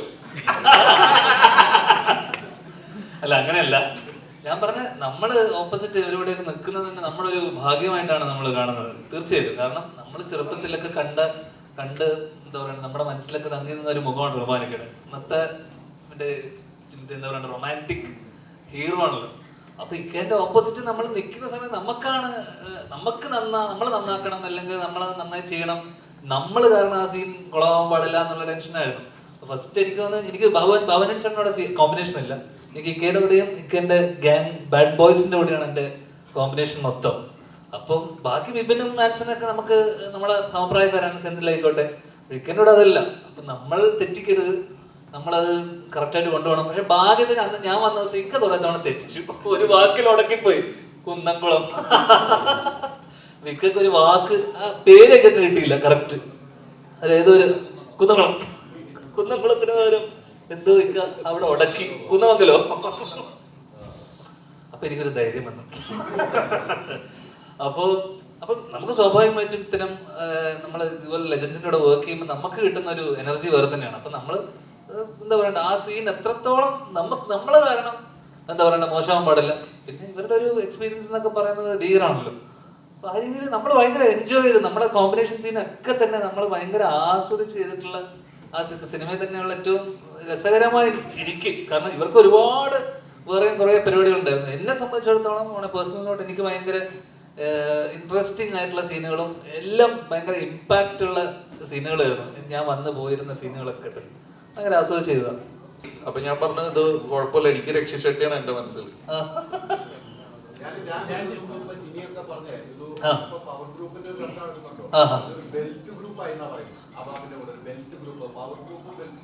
ചേച്ചിയാ ശരിക്കും പവർ ഗ്രൂപ്പ്. ഇവിടെ എത്ര ആർട്ടിസ്റ്റിനെ കൊണ്ട് കിട്ടിയിട്ട് ഇത്രയും ആർട്ടിസ്റ്റുകൾ പറയുന്നത് പടോണ്ട് അടുത്ത കാലത്ത് 2020 മിനി 2020 അങ്ങനെ നോക്കും അല്ലേ. ഇനി ഇവിടെ വരാത്ത ഒരുപാട് പേരുണ്ട്. അജു, സൈജു ഏട്ടൻ, രമേശ് ഏട്ടൻ. അപ്പൊ ഇതൊരു 2020 എനിക്ക് തോന്നുന്നു ബാബാനൻ ചേട്ടൻ. ഇത് ആ 2020 ശേഷമുള്ളൊരു അതർ 2020 ആണ്.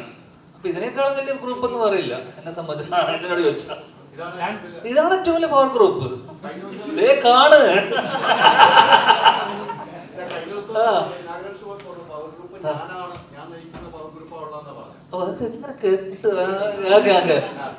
ഞാൻ പറഞ്ഞത് അങ്ങനെയല്ല.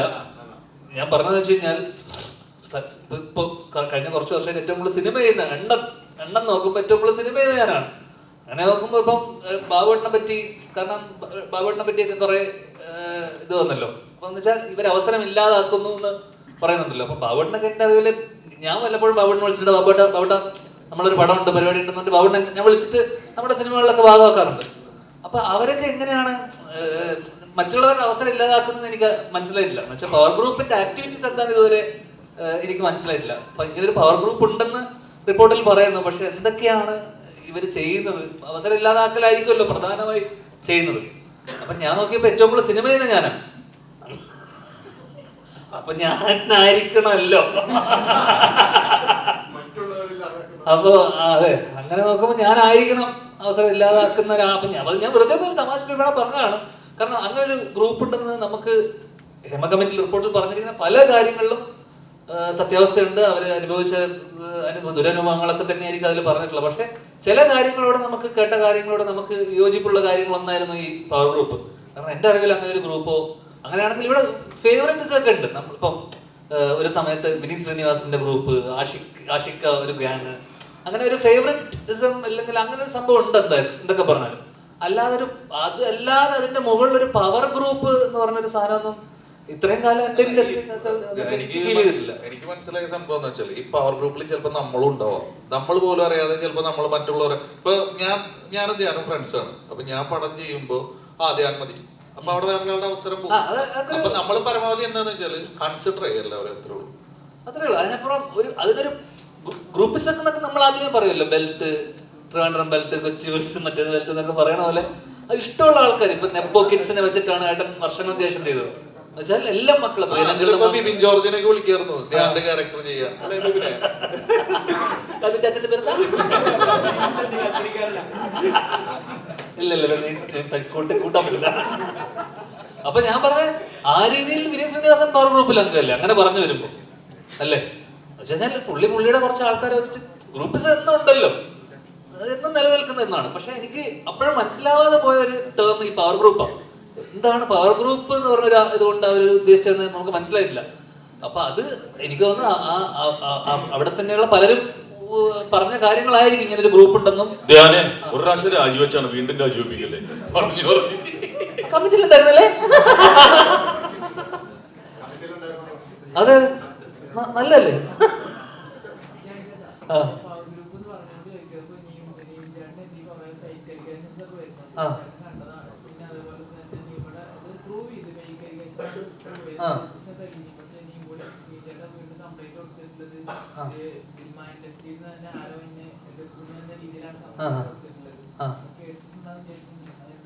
കേട്ടു. അല്ല, ആദ്യം കംപ്ലൈന്റ് കൊടുക്കേണ്ടത് മാനനഷ്ടത്തിന് ആ സ്ത്രീക്കെതിരെയാണ് കംപ്ലൈന്റ് കൊടുക്കേണ്ടത്. കാരണം അത്രയും ഇങ്ങനൊരു നിൽക്കുന്ന ഒരാളെ പറ്റി ഇങ്ങനൊരു അലിഗേഷൻ പറയുമ്പോൾ അവർ പറഞ്ഞത് തുടക്കം മുതലേ പരസ്പര വിരുദ്ധമായിട്ടുള്ള കാര്യമാണല്ലോ അവർ പറഞ്ഞത്. അതിനകത്ത് യാതൊരു അടിസ്ഥാനമില്ലെന്ന് അത് കേൾക്കുന്ന ഏതൊരാൾക്കും മനസ്സിലാവുന്ന കാര്യങ്ങളൊക്കെ തന്നെയുള്ളൂ. അപ്പൊ പിന്നെ അതിന് ഇതായിട്ട് അനുബന്ധിച്ചാട്ടം വന്നിട്ട് ആ ഡേറ്റിൽ നമ്മുടെ അവിടെ വർഷങ്ങൾക്ക് ശേഷം സിനിമയിലായിരുന്നു ഇവൻ ആ സമയത്ത് 14-15 തീയതികൾ. അപ്പം അതില് ഒരു കാരണം ഇപ്പൊ എന്താ സംഭവം എന്ന് വെച്ച് കഴിഞ്ഞാൽ ശരിക്കും ഇതുമായിട്ട് ബന്ധപ്പെട്ട് ശരിക്കും മോശം അനുഭവം ഉണ്ടായിട്ടുള്ള സ്ത്രീകളെ ഒക്കെ വരുമ്പോൾ ഇവരെ പോലത്തെ ആൾക്കാർ ഫേക്ക് ആയിട്ടുള്ള ആൾക്കാർക്ക് ഒരു നമ്മൾ ഏത് വിശ്വസിക്കണം, ഏതാണ് ശരി ഏതാണ് തെറ്റെന്ന് പറയുന്ന പോലെ ഇപ്പൊ കുറെ എല്ലാവരും ശരിയാണെന്ന് പറയാൻ പറ്റില്ലല്ലോ. അപ്പം അങ്ങനെ ഒരു കൺഫ്യൂഷൻ വരും ആൾക്കാർക്കും എല്ലാവർക്കും. കാരണം ഇന്ന് ഏതെങ്കിലും ഒരു കുട്ടി എനിക്കിങ്ങനെ ഒരു അനുഭവം ഉണ്ടായെന്ന് പറഞ്ഞാൽ ഉടനെ കേസ് എടുക്കേണ്ട ഒരു സാഹചര്യമുണ്ട്. കാരണം ആര് പറഞ്ഞാലും നെക്സ്റ്റ് സെക്കൻഡ് പ്രതിയാക്കുകയാണ്. അപ്പം അതോടൊപ്പം തന്നെ ഇതിനൊക്കെ കൃത്യമായി തെളിവില്ലെങ്കിൽ ഇതൊന്നും നിലനിൽക്കില്ല. അപ്പം ഇതിനോടൊപ്പം തന്നെ സോളിഡ് ആയിട്ടുള്ള എവിഡൻസും ഉണ്ടാവണം ഇതൊക്കെ പ്രൂവ് ചെയ്യാൻ പറ്റുന്നത്. അപ്പം അത് എനിക്ക് തോന്നുന്നു ഇവന്റെ എനിക്ക് തോന്നുന്നു അത് അങ്ങനെ തള്ളിപ്പോയി. അത് കൃത്യമായിട്ട് ആൾക്കാർക്കും കേൾക്കുന്നവർക്കും എനിക്ക് തോന്നുന്നു പോലീസുകാർക്കൊക്കെ മനസ്സിലായിട്ടുണ്ടാവണം ഇതിനോടകം. വീണ്ടും മലയാള സിനിമയിലേക്ക് കൊണ്ടുവന്നിരിക്കുകയാണ്. എങ്ങനെ ഉണ്ടായിരുന്നു റഹ്മാൻഖാൻ? മൊത്തത്തിൽ നേരത്തെ പറഞ്ഞെങ്കിലും ഈ സിനിമയിൽ അഭിനയ സമയത്തും നിങ്ങൾ വെറുതെ ഇരിക്കുന്ന സമയത്ത് റഹ്മാനൊക്കെയായിട്ടുള്ള ഒരു കോമ്പോ എങ്ങനെയായിരുന്നു? അതിനപ്പുറം എന്ന് വെച്ച് കഴിഞ്ഞാൽ ഇത്രയും റഹ്മാനിക്ക് ഇത്രയും ബ്രേക്ക് എടുത്താണോ എനിക്ക് ചോദിക്കണം. ഇത്രയും ഗ്യാപ്പ് എടുത്തതാണോ മലയാള സിനിമ അല്ലെങ്കിൽ ആണല്ലേ മനഃപൂർവ്വം എടുത്ത ഗ്യാപ്പാണല്ലേ? കാരണം ഇക്ക ഹ്യൂമർ ചെയ്യുന്നത് എനിക്ക് തോന്നുന്നു കുറച്ച് കാലത്തിന് ശേഷം ഹ്യൂമർ ചെയ്യുന്നത്. അപ്പൊ എനിക്ക് തോന്നുന്നു ഇക്ക ഹ്യൂമർ ചെയ്യുന്നത് കാണാൻ അല്ലെങ്കിൽ അത് കാണാൻ വേറൊരു അഴകുണ്ടായിരുന്നു അല്ലെ. അതിന്റെ ഒരു സാധനം ഇതിനകത്ത് കാണും എന്തായാലും ഡെഫിനറ്റ് ആയിട്ടും. പിന്നെ ഏറ്റവും നമ്മൾ ഇതാക്കുന്നത് എന്ന് വെച്ച് കഴിഞ്ഞാൽ ഇപ്പൊ ട്രെയിലർ കണ്ട ആൾക്കാരൊക്കെ പറയുന്നത് വെച്ചാൽ മമ്മൂക്കയാണ്. അപ്പോ ഏജന്റ് റിവേഴ്സ് ഗിയർ എന്നൊക്കെ പറഞ്ഞ പോലെ നമുക്ക് എടുത്തു പറയാവുന്ന ഇത്രയും സുന്ദരനായ നായകൻ എന്താ പറയണ്ടേ മമ്മൂക്കയ്ക്ക് ശേഷം അല്ലെങ്കിൽ മമ്മൂക്കയോടൊപ്പം തന്നെ നമ്മൾ സ്ക്രീനിൽ കണ്ടപ്പോൾ എനിക്ക് പല സീക്വൻസിലും ട്രെയിലറൊക്കെ കണ്ടപ്പോൾ മമ്മൂക്കനെ ഓർമ്മ വന്നു. അല്ലെങ്കിൽ മമ്മൂക്കനെ സ്ക്രീനിൽ കാണുന്ന പോലെ ഒരു പ്രസൻസും അല്ലെങ്കിൽ ഇമ്പാക്റ്റ് നമുക്ക് പല ട്രെയിലറിന്റെ പല മൊമെന്റിലും. കാരണം ഞാൻ ഉള്ള സീനുകളിലൊക്കെ അല്ലാതെ ബാക്കിയുള്ള സാധനങ്ങളൊക്കെ കണ്ടപ്പോൾ ശരിക്കും മമ്മൂക്കനെ സ്ക്രീനിൽ കാണുന്ന ഒരു ഫീൽ ഉണ്ടായിരുന്നു. ഞാൻ ചേട്ടാ സ്വന്തം പടങ്ങളെ കുറിച്ച് ഓവർ ഷോട്ട് ചെയ്യാതെ പ്രേക്ഷകരുടെ കാര്യം ഉള്ള പോലെ പറയുന്ന ഒരു ആക്ടറാണ്. ബാഡ് ബോയ്സിനെ കുറിച്ച് ഉള്ള പോലെ പ്രേക്ഷകരോട് പറയാൻ അങ്ങനെ പറ്റുമോ? ഇല്ല ഞാൻ ഞാൻ 4-5 ദിവസമേ ഉള്ളൂ ഞാൻ. പിന്നെ ഫെസ്റ്റിവലാണ്. ഫെസ്റ്റിവൽ വരുന്ന സമയത്ത് സ്വാഭാവികമായിട്ടും ക്ലാഷ് ഉണ്ട്. നമ്മൾ കഴിഞ്ഞ വിഷു നമ്മൾ തൂക്കിയില്ല. അതുകൊണ്ട് ഈ ഓണം നമ്മൾ തൂക്കില്ലല്ലോ, അത് വിട്ടു. എല്ലാ തവണ നമ്മൾ വിട്ടുകൊടുക്കില്ല. കാരണം കഴിഞ്ഞ തവണ പരിപാടി നമ്മള് കുറച്ച് നാടകവും നമ്മൾ കുറച്ച് ഇമോഷണൽ സൈഡായിരുന്നു. പക്ഷെ ഇത്തവണ നമ്മൾ അതല്ല. ഇത്തവണ നമ്മള് കട്ട കമേഴ്ഷ്യൽ ഇതാണ്. അതിന്റെ കൂടെ നാടകം ത്രില്ലറൊന്നും വരണ്ട, അതൊക്കെ സൈഡായിക്കോളും കുറച്ച് 3 ദിവസം കഴിഞ്ഞു. എനിക്ക് അല്ല പക്ഷെ അപ്പോഴും ഒരു കാര്യമുള്ളതെന്ന് വെച്ചാൽ കൂടെയുള്ള പടങ്ങള് ഒന്ന് അടുത്ത സുഹൃത്ത് അലിസ്റ്റൻ സ്റ്റീഫന്റെ പടം, ആ വീക്കെൻഡിന്റെ അടുത്ത പടത്തിൽ ഞാനാണ് നായകൻ. അതുകൊണ്ട് തന്നെ എല്ലാവരും നമ്മുടെ സിനിമ മാത്രമല്ല ARM, കിഷ്കിന്താകാന്ഡം, അതോടൊപ്പം തന്നെ കൊണ്ടൽ, ഗാങ്സ് ഓഫ് സുകുമാരക്കുറുപ്പ്, മാധവിന്റെ ഫസ്റ്റ് പടം, ഡെബ്യൂ പടം. അതുകൊണ്ട് എടുത്ത് പറയണം, നിങ്ങളൊക്കെ പറയണം. അതിന് സുരേഷങ്ങളുടെ മകന്റെ ഫസ്റ്റ് പടമാണ് കുമ്മാട്ടിക്കളി. ഇത്രയും സിനിമകളുണ്ട്. അപ്പം ഡെഫിനറ്റ്ലി ഫെസ്റ്റിവലാകുമ്പോൾ എല്ലാ സിനിമകൾക്കും സ്പേസ് ഉണ്ട്, എല്ലാ സിനിമകൾക്കും അതിൻ്റെതായിട്ടുള്ള സിഗ്നിഫിക്കൻസ് ഉണ്ട്. കാരണം നമ്മളൊക്കെ ഒരു കാലത്ത് ഒരു സിനിമ കഴിഞ്ഞാൽ ഓണത്തിനൊക്കെ ഒരു സിനിമ കഴിഞ്ഞാൽ അടുത്ത സിനിമയ്ക്ക് പോയി 2-3 സിനിമകൾ കണ്ടിരുന്ന സമയമുണ്ട്. അപ്പം അതേപോലെ ഒരു ഈ ഹേമപ്രശ്നങ്ങളൊക്കെ ഒന്ന് തണുത്ത് നിൽപ്പുണ്ട്. അപ്പൊ അത് കഴിഞ്ഞിട്ട് നല്ലൊരു ഓണക്കാലം അത് സിനിമയ്ക്ക് എല്ലാ രീതിയിലും ഗുണം ചെയ്യട്ടെ എന്ന് ആശംസിക്കുന്നു. എല്ലാ സിനിമകളും ഓടട്ടെ എന്ന് ആശംസിക്കുന്നു. ഇല്ല, ഞാൻ തലേദിവസം വന്ന് വേറെ പടത്തിൽ വന്നിട്ട് അങ്ങനെ വന്നിട്ട് അടുത്ത പടം ചെയ്ത് പോകുന്ന ആളല്ലേ. അവർക്ക് പറയുന്ന സാധനം ചെയ്യുക പോകുക എന്നല്ലാതെ നമ്മള് പിന്നെ സാരൊക്കെ ഉണ്ടായിരുന്നു ഇവിടെ. അവൻ കൃത്യമായിട്ട് അവൻ എഴുതി വെച്ച എന്താണെന്നുള്ളത് അവൻ കൃത്യമായിട്ട് കാണിച്ച് പറഞ്ഞു തരുന്നു. നമുക്ക് എളുപ്പമായിരുന്നു. അതുകൊണ്ട്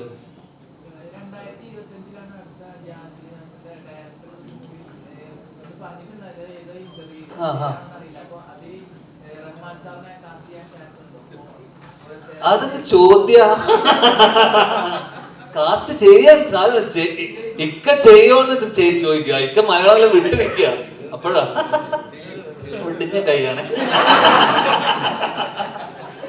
അപ്പോ അല്ല, അതാ നമ്മളൊക്കെ ഇവരുടെയൊക്കെ ഡേറ്റിന് വേണ്ടി കാത്തു നിൽക്കുന്ന ആൾക്കാരല്ലേ നമ്മള്. അതുകൊണ്ട് ഇക്ക ചെയ്യാന്ന് ഇപ്പൊ വാക്ക് പറഞ്ഞപ്പോ എന്നെ പറയുന്ന സന്തോഷം. ഈ ഓണത്തിലുണ്ടല്ലോ ഒരുപാട് ആഡ് ഫിലിംസും കാര്യങ്ങളൊക്കെ ആയിട്ട് ഫുൾ ബിസിയാണ്. ലാലേട്ടനെക്കാട്ടി കൂടുതൽ ഈ ഓണത്തിനകത്ത് എക്സ്പ്ലോർ ചെയ്ത് ആഡ് ഫിലിംസിന്റെ ലാലേട്ടനെ മൈജിക്ക് തന്നെ വിളിച്ചിട്ട് എനിക്ക് ഡേറ്റില്ലെന്ന് പോകാൻ പറ്റില്ല. നീരജ് ചെയ്തു. നീരജ് ചെയ്തല്ല, മൈജിക്ക് വിളിച്ച സമയത്ത് ബേസിലും ഞാനായിരുന്നു. ഞാൻ ആ തിരിയുടെ മലയാളിക്ക് പറഞ്ഞ എടാ അവര് പറയുന്ന പൈസക്ക് പോവാം, പറയുന്ന പൈസക്ക് പോവാം. അവരപ്പോ ലാലേട്ടനേക്കാളും പൈസ ചോദിച്ചിട്ടുണ്ട്. അപ്പൊ അവര് പറഞ്ഞു ലാലേട്ടന് പോലും ഇത്രയും പൈസ ഇല്ല മോനെ, വേണമെങ്കിൽ വന്ന് ചെയ്താൽ മതി എന്ന് അവര് പറഞ്ഞു മൈജിക്കാര്. അങ്ങനെ അത് പോയി. ഞാൻ ഡിജിറ്റൽ അല്ലേടാ, ഞാൻ ഇതിലോട്ട് ടിവിയിലോട്ട് വരാറില്ല.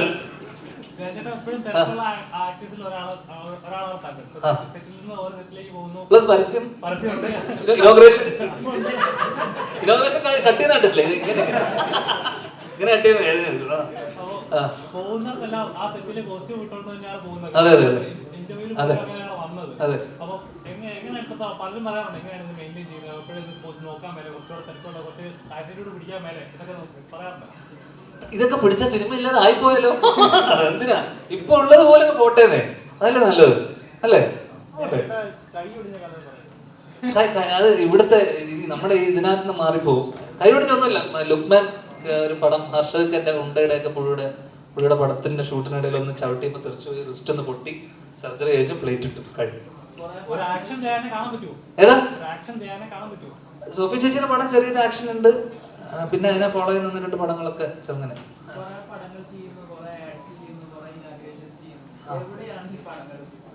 ഏതാ പൈസ? ഇൻകം ടാക്സിലാണോ ഇവൻ? എടാ അതൊന്നും പറയാൻ പറ്റില്ല ഇപ്പൊ. എന്തിനാ ഇപ്പൊ അതൊക്കെ അറിഞ്ഞിട്ട് ഇപ്പൊ ഇതൊക്കെ ഞാൻ ഇവിടെ വന്ന് പറയണോ? ആ പണ്ണൊക്കെ കയ്യിൽ വെച്ചാ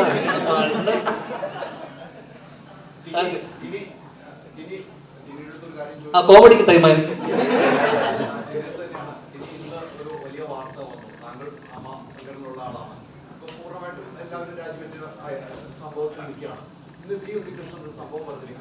താരസംഘടനയിൽ 20 പേര് ഈ ഉണ്ണികൃഷ്ണൻ സമീപിച്ച് ഒരു ട്രേഡ് യൂണിയൻ ഉണ്ടാക്കണം ആവശ്യപ്പെടുന്നു.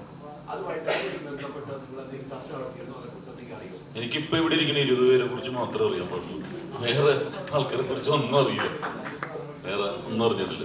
നമ്മൾ വേറെ കമ്മ്യൂണിക്കേഷൻ ഉണ്ട്, എനിക്കറിയില്ല. ഈ 20 പേരെ കുറിച്ച് ഞാൻ പറയാം. ഹൈദരാലിക്ക് വേറെ പണിയില്ല, നമുക്ക് ബാഡ് ബോയ്സിനെ കുറിച്ച് സംസാരിക്കും. അല്ല ഇതിനകത്ത് ഹൈദരാലി അഭിനയിച്ചിട്ടുണ്ട്, അത് അറിഞ്ഞോ? പറഞ്ഞോ? പറഞ്ഞില്ലേ? ഹൈദരാലി ഇത്തിരി അകന്നിരിക്കുന്ന ഇവിടെ വന്നിട്ട് ഇങ്ങനത്തെ ചോദ്യം. ഒരു കസേര ഇട്ടിട്ട് അവിടെ ഇരിക്കാന്നുള്ളത്.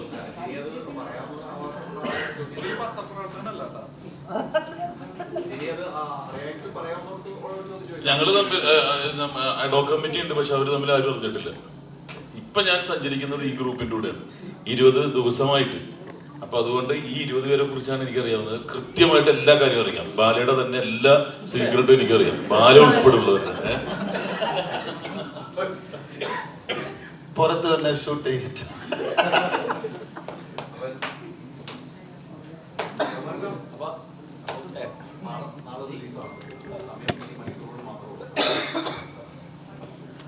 ചോദ്യങ്ങൾ കഴിഞ്ഞെന്ന് വിശ്വസിക്കുന്നു. അപ്പോൾ നാളെ സെപ്റ്റംബർ 13-ാം തീയതി ബാഡ് ബോയ്സ് റിലീസാകുന്നു. അബാവ് മൂവീസ്, ഒമർ ലുലുവിൻ്റെ ഒരു ഫൺ ഫിലിം. സോ നിങ്ങളെല്ലാവരും സിനിമ കാണുക, പ്രോത്സാഹിപ്പിക്കുക. Thank you very much.